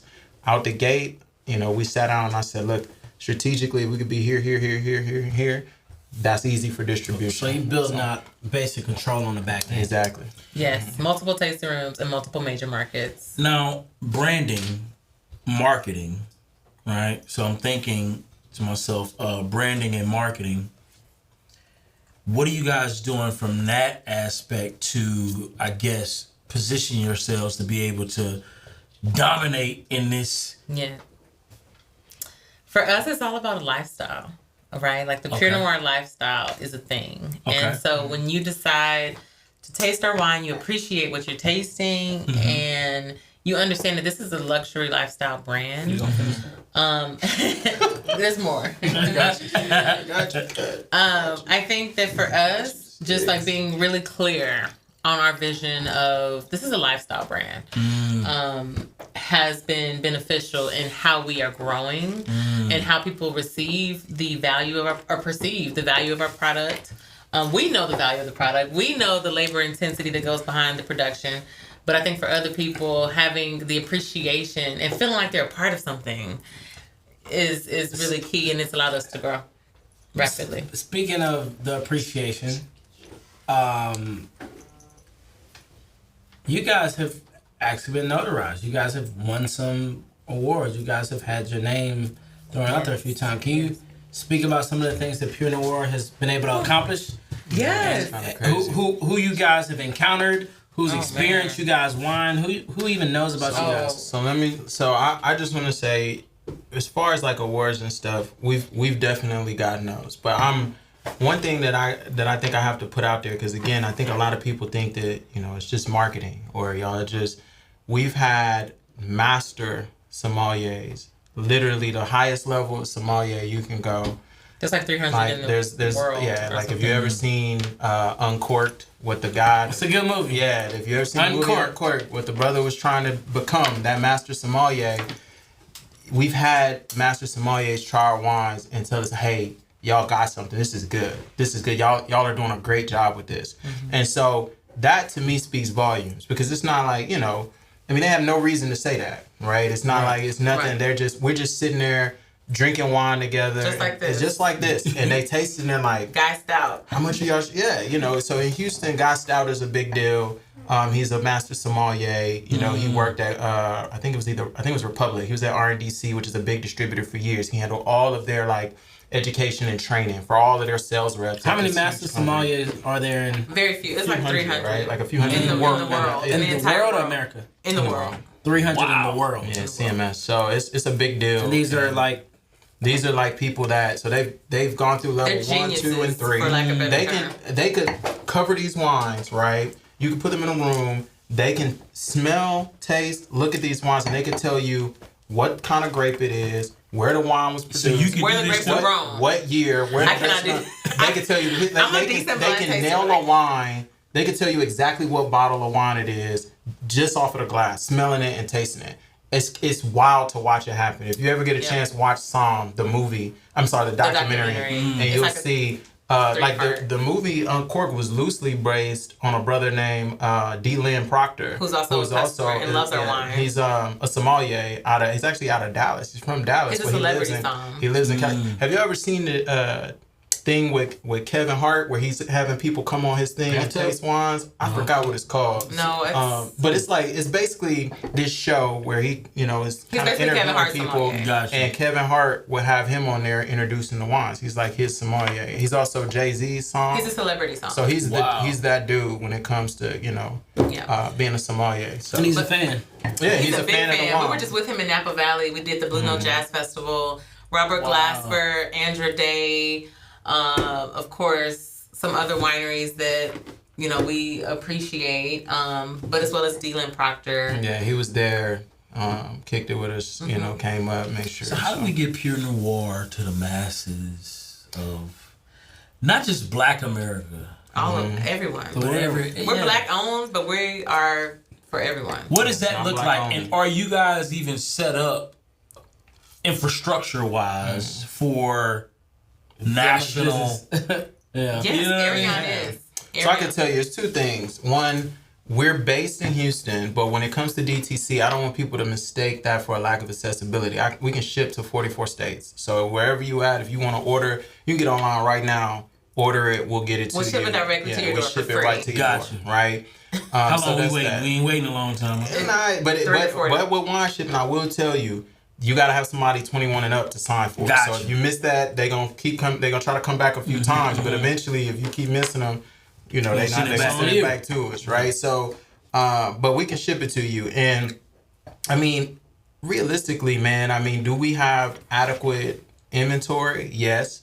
If I were to get 100,000 orders tomorrow, though. Like, that's not realistic, right? I mean, I'm pragmatic. I'm a business person. I'm not just sitting on a bunch of inventory because that's cost, crazy. right? That's warehouse cost. That's everything. I'm burning through and moving inventory. So I'm operating where I'm projecting based off of last year and then based on where I think we're going. And wine is not something like a glass or a widget where I can just produce it. The grapes, I got to decide, okay, we're going to take X amount of tons of grapes. Yeah. And it's got to go in and be fermented. Yeah. And it's got to be aged. The wine got to be aged. And then it's made in a bottle. These dates. Yeah. Once this is sold out, it no longer exists. Wow. That's it. This is a vintage. And so we're on our third vintage of Pure Epiphany.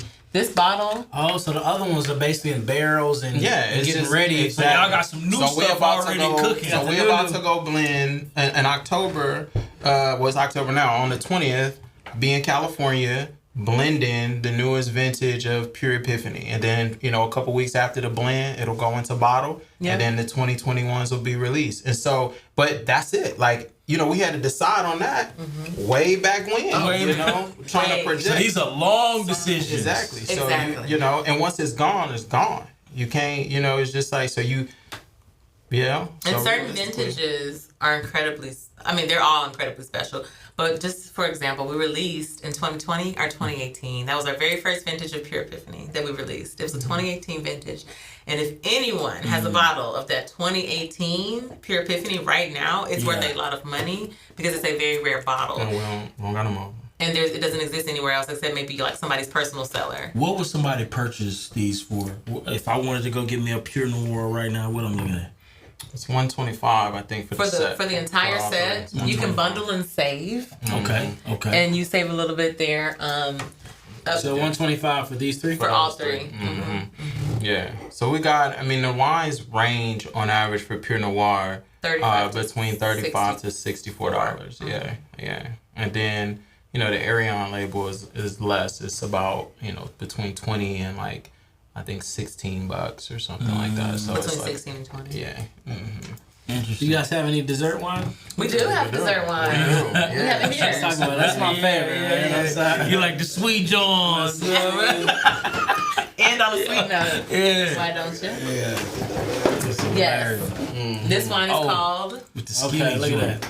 Noir Nightcap. Wow. Yeah, taste that. Now, one little thing about Noir Nightcap, and really all our wines, they high in alcohol. So, you got it. Wait, rewind. Say it again. I said one thing about all of our wines that you got to, understand is that. Because I'm feeling this right now. They're higher in alcohol. Yeah. I'm feeling this right now. This is not no lightweight situation. Yes. So, Noir Nightcap is like 19.5% alcohol by volume. Mm-hmm. Epiphany is 15.4. 15.4. We have a Merlot that rings in at 15.5 or 15.4. So the wines, you're getting a bang for your buck. When we look at but this, it's not hot though. It doesn't burn or anything like that on the way down. It's smooth and it's approachable, and you don't even. That's why they're so good. Doesn't feel out of balance. You know what I'm saying? Because that's a big thing in wine, that the wine has like to when be you take balanced. a shot of liquor, it's not the same. It's not the same. So and even with this high alcohol percent on Noir Nightcap, Now this is gonna be very sweet, so we're going from dry to sweet. Yeah, you don't like this, bro. Look, Kool-Aid. He liked Epiphany. I didn't even give you the notes on Epiphany, but dark fruit, purple and blue fruits, plum, blackberry. Now this one is gonna give more of candied and dried fruit. You got some white guy? Oh, 5 S's. Yeah. Let me slow down. Look at the You gotta enjoy it. So when you look at this wine, notice the legs on the wine. Do you see So what those are legs? Yeah, So the legs are indicator of alcohol content. Despite So point to like so the macaroni effect. These slow, sexy drips coming down your glass. Do you see how it kind of sticking to the side? It's coming down slow. That's the alcohol. That's the alcohol content. So what? The more legs? What It's slow and sticky. It's literally just all around your glass right now. Slow and sticky. Yes. Yeah. Man. I had to look at the camera. And sugar and alcohol. A lot of sugar, a lot of alcohol. And this one. This is our only is- sweet. This is our dessert wine. Yeah. So the higher You the guys alcohol add content, sugar? the more We legs. add alcohol. So you actually add alcohol. Oh, wow. So That's a the, good picture. yeah. So the reason Yeah, you team legs. It's the legs, man. it's sweet because you add alcohol, not because you add sugar. cool. So as wine, so like when you pick the grapes off the vine and they go through fermentation, Yeah, that looks fermentation it's literally the alcohol. I mean the sugar in the grapes are being converted to alcohol. So through that process, the higher the sugar content in the grapes initially, the higher the alcohol, right? But with port, Sweet. before fermentation is completed, because if the fermentation process completes, all of the sugar in the wine or almost all of it will convert to alcohol. Gotcha. But with a port, you put brandy in it. You put brandy in it and it kills the yeast. And so when you kill the yeast, fermentation stops and the sugar that's in there stays in there. Gotcha. How y'all feeling about both of the wines that you tasted? Man, So- I love everything about Pure Noir. Yeah, I'm a Pure Noir fan. all of the So I'm gonna be honest. So I like this vibe. I like this vibe for this is I need to be in a certain you know what I'm saying? Yeah. But I ain't gonna lie though. on the daily. If I'm daily, if I'm eating a nice steak, I'm rocking with this. Epiphany. Have a glass of wine. That Rocking with that joint because this one is doing a lot. You know what I'm saying? This one got a lot going on. This is really dessert. Yeah, this is dessert. This is fourth course. Yeah. I feel like I'm sinning. It's good though. But this feels like a sin. Sin normally feel that way. Yeah. You know what I'm saying? It feels good. Yeah, it That's feels normally good. how sin feels. It feel like a little sin. It's you know? decadent. It feels rich and decadent. Your tongue doing gymnastics. Yeah. It's enjoying itself a little bit too good. much. Yeah. I like it. I don't know how often you drink wine. Do you drink wine pretty often? I'm not a heavy drink wine, but I do You gonna have to drink. get all of it. Yeah. So, that's what I'm saying though. What you just said right now, that's a big part of like why we got into this. Because people that don't drink wine that often, like we love that this wine, like this ain't kiddie wine. Like this is this is a premium bottle of wine. Yeah, I'm drunk. And people drink it and they like It'll get you there. hey, I actually can drink. People that don't drink wine, it's like, oh, nah, wine is normally nasty, blah, blah, blah. And then they, they do the tasting and they get to this and they be like, wait a minute. What's that? And then you be like, yeah, we got you. Yeah. Trying to tell you. Exactly. That's a beautiful thing. That's an accomplishment. Play. We didn't come for play. Sure did. know? That's an accomplishment when we can see people's palates open up. Something that they thought they would not like. They're like, oh my gosh, I do like bold red. Yeah. I do like drier wines. I do, For the record, I'm getting me the set. Yeah, I'm doing the set. Because let me tell you, we ain't cracked this open. Oh, But this man. right here, this rosé is dangerous. It's dangerous. It's let me tell you something about These, this first rosé, of all, man. all three of these All wines of sell them are out. good. Yeah. Every vintage. But this rosé right here, Me and wifey gonna have to get one. man, that I rosé. gotta take one to the wine. Cause my wife, she loves. Oh, it's three. We got 7.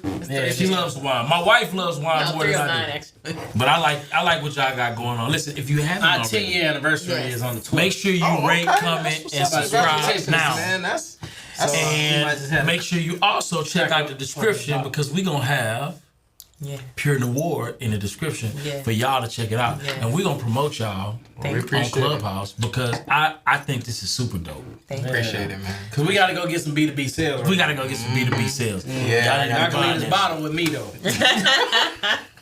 See, I already see he loading up on that seat right now. He loving that seat. That's y'all. Well, might as well. I appreciate it. I don't think much in here, but you know. That's Yeah, a little refill, you know. Yeah, we're going to definitely. So, what you want to tell the viewers where to find y'all? Yeah. So, man. where can they find Pure Noir? Yes. Can we give them the address? Yeah, Absolutely. Come pull up. We are a public establishment. Now, I will tell you, you're going to pull up on a Friday or Saturday, it'd be kind of packed. So go online and make the reservation. Because the reservations be necessary. Can you explain that? Because that's very different. Yeah. But I like it and I appreciate it and I love it. Yeah. So Pure Noir is not just, let me just jump out and pull up. Yeah. So explain how your process works. Well, we do allow walk-ins. We do accept walk-ins based on our availability. Based on availability. We do have peak hours, peak times of our business. Friday evenings, we do live music every single Friday. It's called Notes of Noir. What kind of music? It's a live band. It's a 5-member band and a live vocalist. Man, hey, look, dude was playing June 27 on the saxophone. I'm talking about what kind of music. It's our music. Okay. All right, just trying to get better understanding. So you got two different playing vibes. June 27th on the saxophone. Hey, I'm just saying, the vibe be different, man. So, that's all I'm that saying. being said, that is an experience that we do ask that you RSVP. RSVP is required for that. Saturday, we tend to be pretty booked. It just be packed. Generally. Reservations are strongly encouraged because we want you to come in and your experience of being received and you're immediately greeted. We like to know who's coming and when, and we also like to make sure that our seats are appropriately allocated for guests who have reserved that experience. Got you. That is why reservations are strongly encouraged. We do have a booking site. You can book your tasting on our website, www.purenoirwines.com. And we're on literally all platforms. Yes, love it. Please at Pure Noir and Friday or Saturday. Make a reservation. Now Tuesday through Thursday, you probably got more flexibility. If it's a Tuesday when you could just, if you in the area, right, weekdays pull up. No reservation needed. Now we do have people that book it for private events and stuff on Tuesdays through Thursdays. So let's talk about private events. Yeah. What are private events? We do offer private events, and we love to host private events actually, especially weekdays. What are people typically doing on these private events? So if you were hosting an anniversary party, or if you were celebrating accolade, or if you were celebrating, real quick. right? We got you. It's your anniversary. You and 30 of your closest family and friends. Y'all want to celebrate grown and sexy. We get to eat too. Y'all get to eat. Yeah, we bring just not no lamb and chops. the whole thing. Well, I mean, if you want lamb chops, you can bring in you a book the caterer. space. When you book the space, it's your space. It's like an event space. We are the staff. We can provide all of the wines that we produce for your event. And if you want us to give guided tastings for your guests, so I literally can get chicken and waffles. If you want chicken, if it's a private event, you can bring in your food. Let me find out. Yo. Still no hookah. Yeah. Still no hookah. No hookah, because that'll ruin the vibe for somebody else. It's gonna be. We ain't even got the system set up. Legs I got there, boy. You got a lot of legs on that joint. Legs. But all platforms at Pure Noir, PURNOIRE. I love it. Yes. So, again, I gotta ask this question. So number one, what advice? Right, because so where's the baby at now? Where the baby at? School daycare. It's school. No, she's home. Well, now I mean she's at that private school, so they sending her home with homework and all that at 4 years old. So wow, I get a good kid though. Like she's so running around. Oh, we adore her. She's Cammy our life. Yeah, I hit a lick with the baby. Yeah, she's lit. Cammy is lit. Cammy be letting us. She with it. She with it. You going to the winery? Okay. Winery was the vocabulary at the age of 3. She loves the business. What the? She knows how to take not y'all were just it just worked out. It did. It worked. Even the baby worked out. It did. So what advice? And maybe y'all can't, because it sounds like everything just worked out for y'all. What? Just keeping it real. Like, what advice would y'all give for that couple or that young lady that's looking to couple, right? What advice are you giving 20-year-old you 20-year-old you that's Hey, girl. looking for a wife, looking for a husband, Yeah. looking to be in business With their spouse. and maybe make a baby. Like, what's the name, Cammy? Her name is Cammy. Yeah. make a Cammy. Yo, like, how is this possible? What advice? Because y'all sound like y'all got this thing So figured first out. of all, let me say this. Modern That's the Cosby's first thing. You ain't gonna have it figured out. You're not we gonna don't have got it it figured figured out. out. So Okay. that's We're figuring it we out. still Y'all and that's work okay. to make it That's look okay. figured out. We've worked hard Yeah. and we've learned along the way. Figuring Okay. it out, that's Alright. okay. Figuring it out, understanding that you're not gonna have it figured out, you gotta be okay with that. That's number one. Yeah. Okay. Because you drive yourself crazy trying to do that. Okay. I say number two, if I was talking to young Kenneth, because this is like one of my like flaws, right? It's like, you know, you gotta be patient with yourself.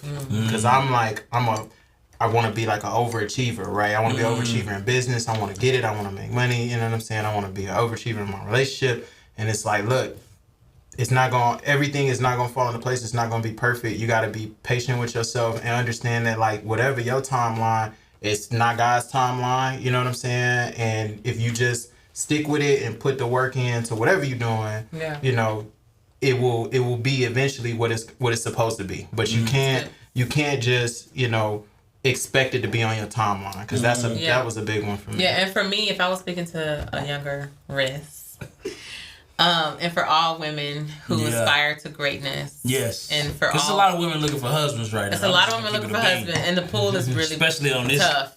A lot of Other women side of looking this for camera. success too. Yeah, and Independence. and you can have both.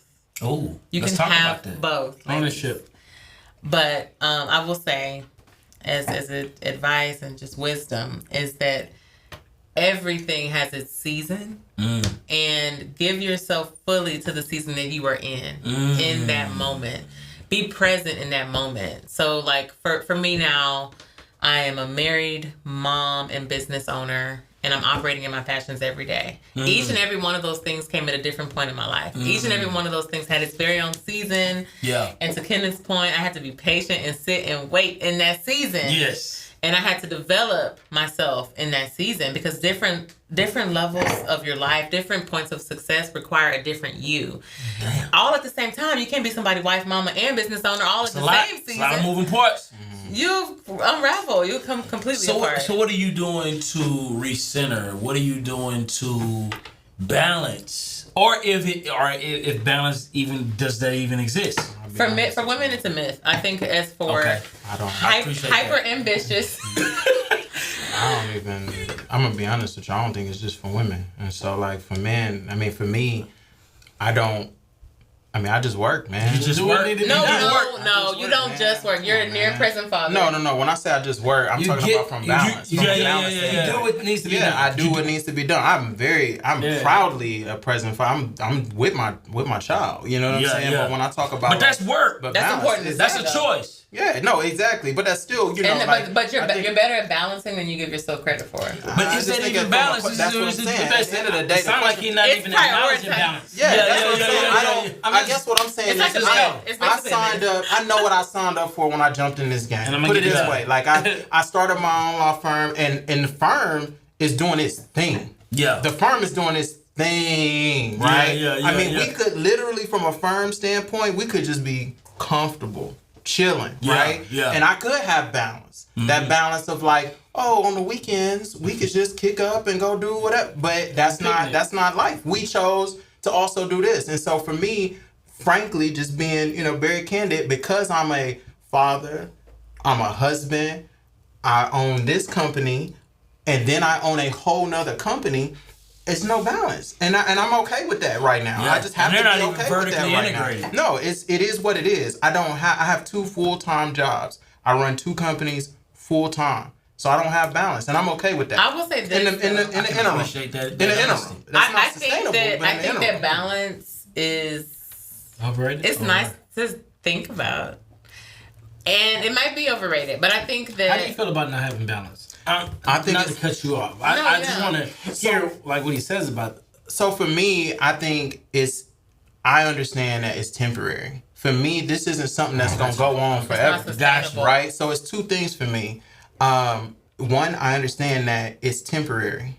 But 2, I understand that like my lifestyle is such that I have to just be like comfortable with it. So like I think it's one of those things where like I'm a business person and an entrepreneur. I get pleasure out of building a business. Yeah. Right? Yeah. So like if I don't feel like when I'm working, I don't feel like I'm working. Yeah. I mean if I'm trying to case, that's one thing. But if I'm just building my business or working, even if it takes so much like time, right now when I'm finna go sell this wine, because I'm gonna close, right?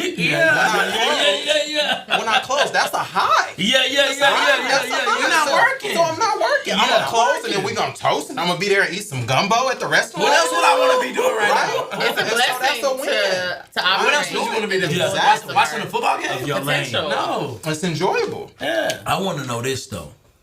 Okay. Cause I know babies and kids. I don't have kids yet. I'm working on it. Practice makes perfect. Trust me, we have our own story with that. It was a journey for me to motherhood. I believe. So here's the thing. Now, you as a wife to a very ambitious. This man is working. He's working. Always has. Are you cool with this working? Right? Because you're ambitious too. How y'all making relationship? How y'all making that work? I think that while we are quite opposite in certain aspects of our personality, where we are so similar is like we both are building legacy and we both desire to build something greater than ourselves. Okay. And that allows me as a wife a level of patience. Okay. That I understand if he's working, he's doing that for us. And also we co-work. We co-work. You got your laptop, he got his laptop. And I didn't mention this, but for a period of time, I was even working at his firm, his law firm, doing business development. Whoa. And so understanding kind of really having the vision for where these companies can be and having the patience as a wife to say, we gotta get it. No, do it, babe. Do it. Do it. Yeah. He's in the room with me, but he's behind the computer. And then at a certain point, we close things. We shut things down. We put our daughter to bed. I put our daughter to bed most nights. And then we have our time. So I gotta give her absolute credit because I think she's greatly underselling or not giving herself enough credit. So when it comes to allowing me to work, I mean, she allows me to work, period. Wow. Right? I mean, she understands. My wife has been completely bedrock supportive of me getting it. I wouldn't be in no position that I'm in today. And that's right. Wait. Wait, because this is important. It's really important. It's really important because a lot of women, what my wife just said right now, my wife said to something earlier on in this discussion. She said, "I'm very blessed to have a high earning husband." Right? And that's probably tuned a lot of chicks. They was like, high earning husband, right? But they don't understand the sacrifice that my wife makes for having a high earning husband. My wife understands that for sacrifice. We don't just get to, all these restaurants and stuff opening up in Houston, all these different experiences. We will try to carve out some time for date night here and there where we can. But she understands that in order for me to make the kind of money that I generate, in order for us to be able to do the things that we're doing, I have to work my butt off. And that means I can't do everything. I can't go to everything. I can't be present. And the fact that she doesn't, I can't always be there. The fact that she doesn't give me shit about that all the time. Wow. Now when she has her moments where she's like, hey, I need you, and I'm like, all right, she needs me. I personally think I'm a little needy, but when we find a way. But the reality is, she lets me get it, and I think that a lot of women want that man that makes X amount, but they want him to have all the time in the world, and those two things are incongruent. Here's the thing, they don't go together. You know what I'm saying? Facts. Money falling out the sky. So the thing about our relationship early on, before he was an attorney, before we had these businesses, I own one right now. I knew that he had a high earning potential. I don't know if you saw it in yourself as much as you probably did. No, I was gonna get it. I I was like, it's one thing I'm not We were gonna like, get is broke, bro. Yeah. You know what I'm saying? The way I grew up, I was like, I'm not growing up like that, bro. We were college I'm students. getting after Off it. that shit. I'm on this shit. Exactly. We were college students, and I knew that as somebody that could align with him as his purpose partner, it required me to operate at a certain level of understanding because he can only reach his fullest potential if I'm a supportive wife. And I'm talking about early, like we probably had just met, and I could see your success, like how you operate, how you move. Your skill set, your drive, your ambition are all things that. I think that bar exam though was really the test. That I'm just bar like- exam was like, when I studied for the bar, so like I'm originally from Florida, you know what I'm saying, and I was out here, I don't have family out here or anything, so it's like if I failed a bar exam, I had a job contingent on me passing the bar exam. So I'm like, if I fail, I don't have a plan B. So when I was saying I was studying for the bar exam, like I was putting in. This is while we were newly dating. We was newly dating, and I was You like ain't putting feel in. away. He was studying for 16 hours a day. I felt away. Oh, you felt away. But I also would go over there with groceries. Yeah. And practically have to put food in his mouth because he was so studious. Was you holding up the flashcards or not? I don't think I was on the flashcard. Nah, she just like everything. I was literally like, she was like, exactly. As a And I was as mad a 'cause he was girlfriend, eating. Yeah. she was I like, was like, you need to eat. What's she was wrong with holding it down. You know what I'm saying? And she was really like, held I it got down. this She was down. like, I was like, man, I just gotta pass this. I was like, I don't think I gotta. At first, she was.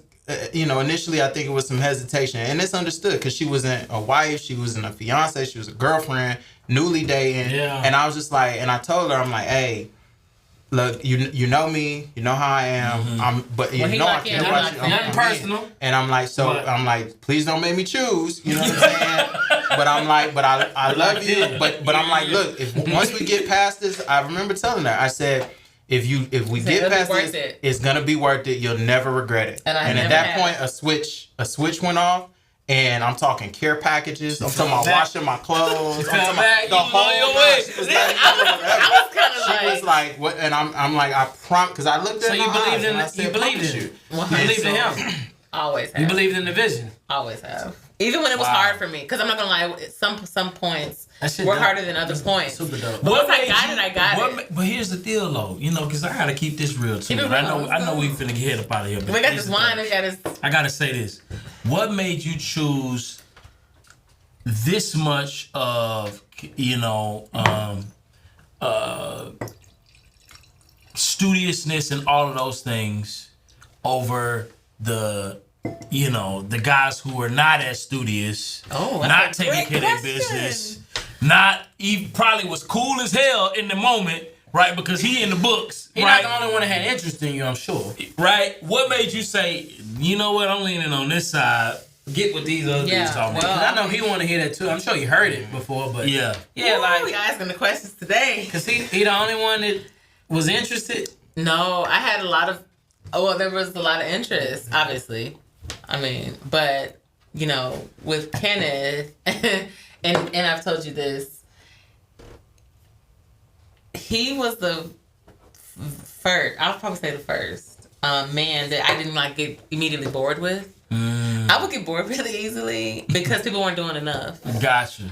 And so, because I'm also really driven, I was excited by his drive. It excited me. It still excites me. And when we have our brainstorms and we're sitting there, because a lot of the work that he does, honestly, we do together. I enjoy hearing about his day at the firm.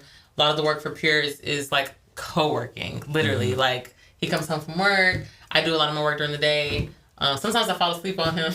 But not sometimes, oftentimes. Because I do most of my work during the day while he's at the firm, and then he does his Pure work at night. But I am excited and motivated, and I'm here for his ambition. I'm here for it, and I want him to achieve his absolute fullest potential. And I feel like as his purpose partner, as his wife, as his best friend, it is my duty to be understanding in those moments, even when I just want to sit up on the couch and binge watch Netflix and chill. I mean, if I have the time, because honestly, my days are tied up too. But How long y'all been married now? we'll be 10 years Wow. in May. 10 years Yeah. in May.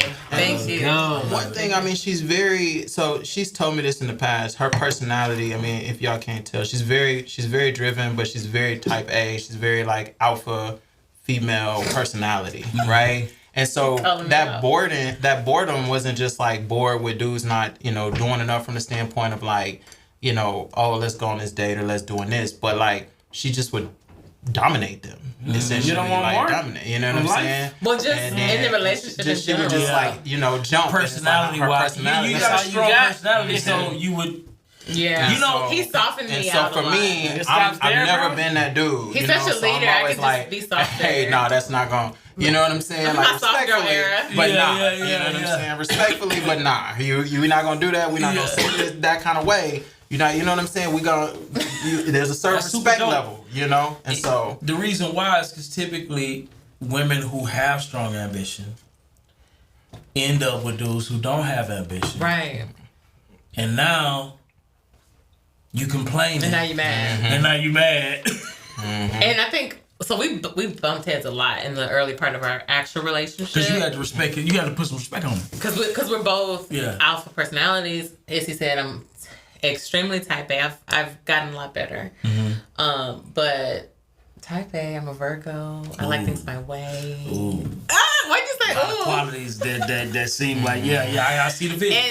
And over the past 10 years, I'm grateful for how we've been able to adapt to each other's personalities because it's two strong personalities that have learned to coexist, that have learned how to appreciate the strengths. You are a what's your sign? you tell me. He like, oh, You tell me. You're a Who was born? Aries. Airy. Okay, yeah, that makes sense. Aries and a Virgo. Yeah. Yeah. So I mean, I think it's just, me really establishing that I'm all for you being ambitious and personality being what it is, but like there just has to be understanding that that I'm not the dude you finna just handle. Yeah. I'm not the dude you just finna, you know what I'm saying? Like I'm not that dude. Put some respect on it. Yeah, and then the last thing is what we said earlier. I think she spoke to her, young Riz. I spoke to young Kenneth as it relates to patience. But in the marriage, being in business together, the most important thing I think, if I had to give it any tip to any married couple that's about to go in business together, I said this earlier. If you don't take nothing else away from this other than our website and where to get wine, take away.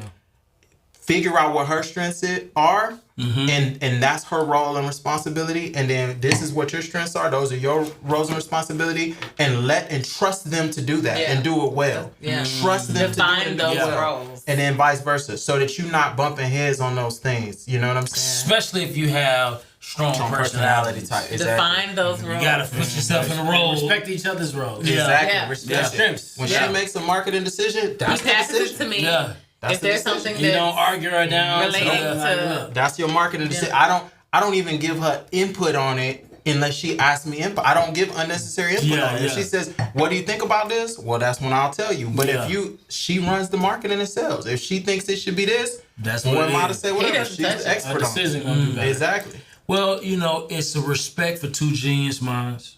Well, Appreciate that. You guys have truly blown my mind, like this entire interview. Thank you. Like I 100%. enjoyed this. I'm a fan We of didn't Pure tell. Noir. Y'all let's You try again. I be going. You need man. to pull up one more time and then we need to I'm gonna do a talk. little They blowing your mind. They blowing my sobriety. Yeah. I'm feeling a little litty too. Yeah, absolutely. Especially with this sin that I'm dealing with, Oh right? my god. I'm about to spin. Look. Yeah. Spin again. Watch your I'm about to legs. see. Yeah. Got the legs. And we about to taste. Yeah, we got the toes. We got the toes. Toast in the taste. Yeah. All right, cheers. Yes, To what? indeed. I was trying to think of something. Something cool. I was running back. What? Yeah, we're running back again. What we toasted to. What we toasted to? Success. And Black ownership. Yeah, exactly. Black Black ownership. Legacy. Exactly. That's what you throw out with your legacy. We are truly. Oh my God. We are feeling the pure noir at this moment. I appreciate y'all. Appreciate y'all. So Great conversation. For sure, man. Yes, it Coming did. out. Yes. Thank you, Carissa. Such a pleasure. Yeah. Such Yeah. a So listen, we're wrapping up another episode of No Stingy Energy. For sure. And listen, if you haven't already, make sure you rate, comment, and subscribe and share. That's a key. It's a key thing. Sharing Don't is have caring. stingy energy. Sharing is caring. Absolutely. Where can I find the podcast? And I can't find us. you can find us on Apple Music, Spotify, plus on YouTube. And I want to know where you can find my guests. Where are you guys' Instagrams? Yeah. Where can we get this at? Yeah. Where can we get this at? All of the things. Let's talk about it. You can purchase. These bottles are empty. Yeah. We did that. So I'm gonna finish this. Half This a bottle's bottle empty. each. Yeah. Yeah. So you can purchase Pure Noir wines at www.purenoirwines.com. That's PURNOIRE wines.com. And we're on all platforms, especially social media.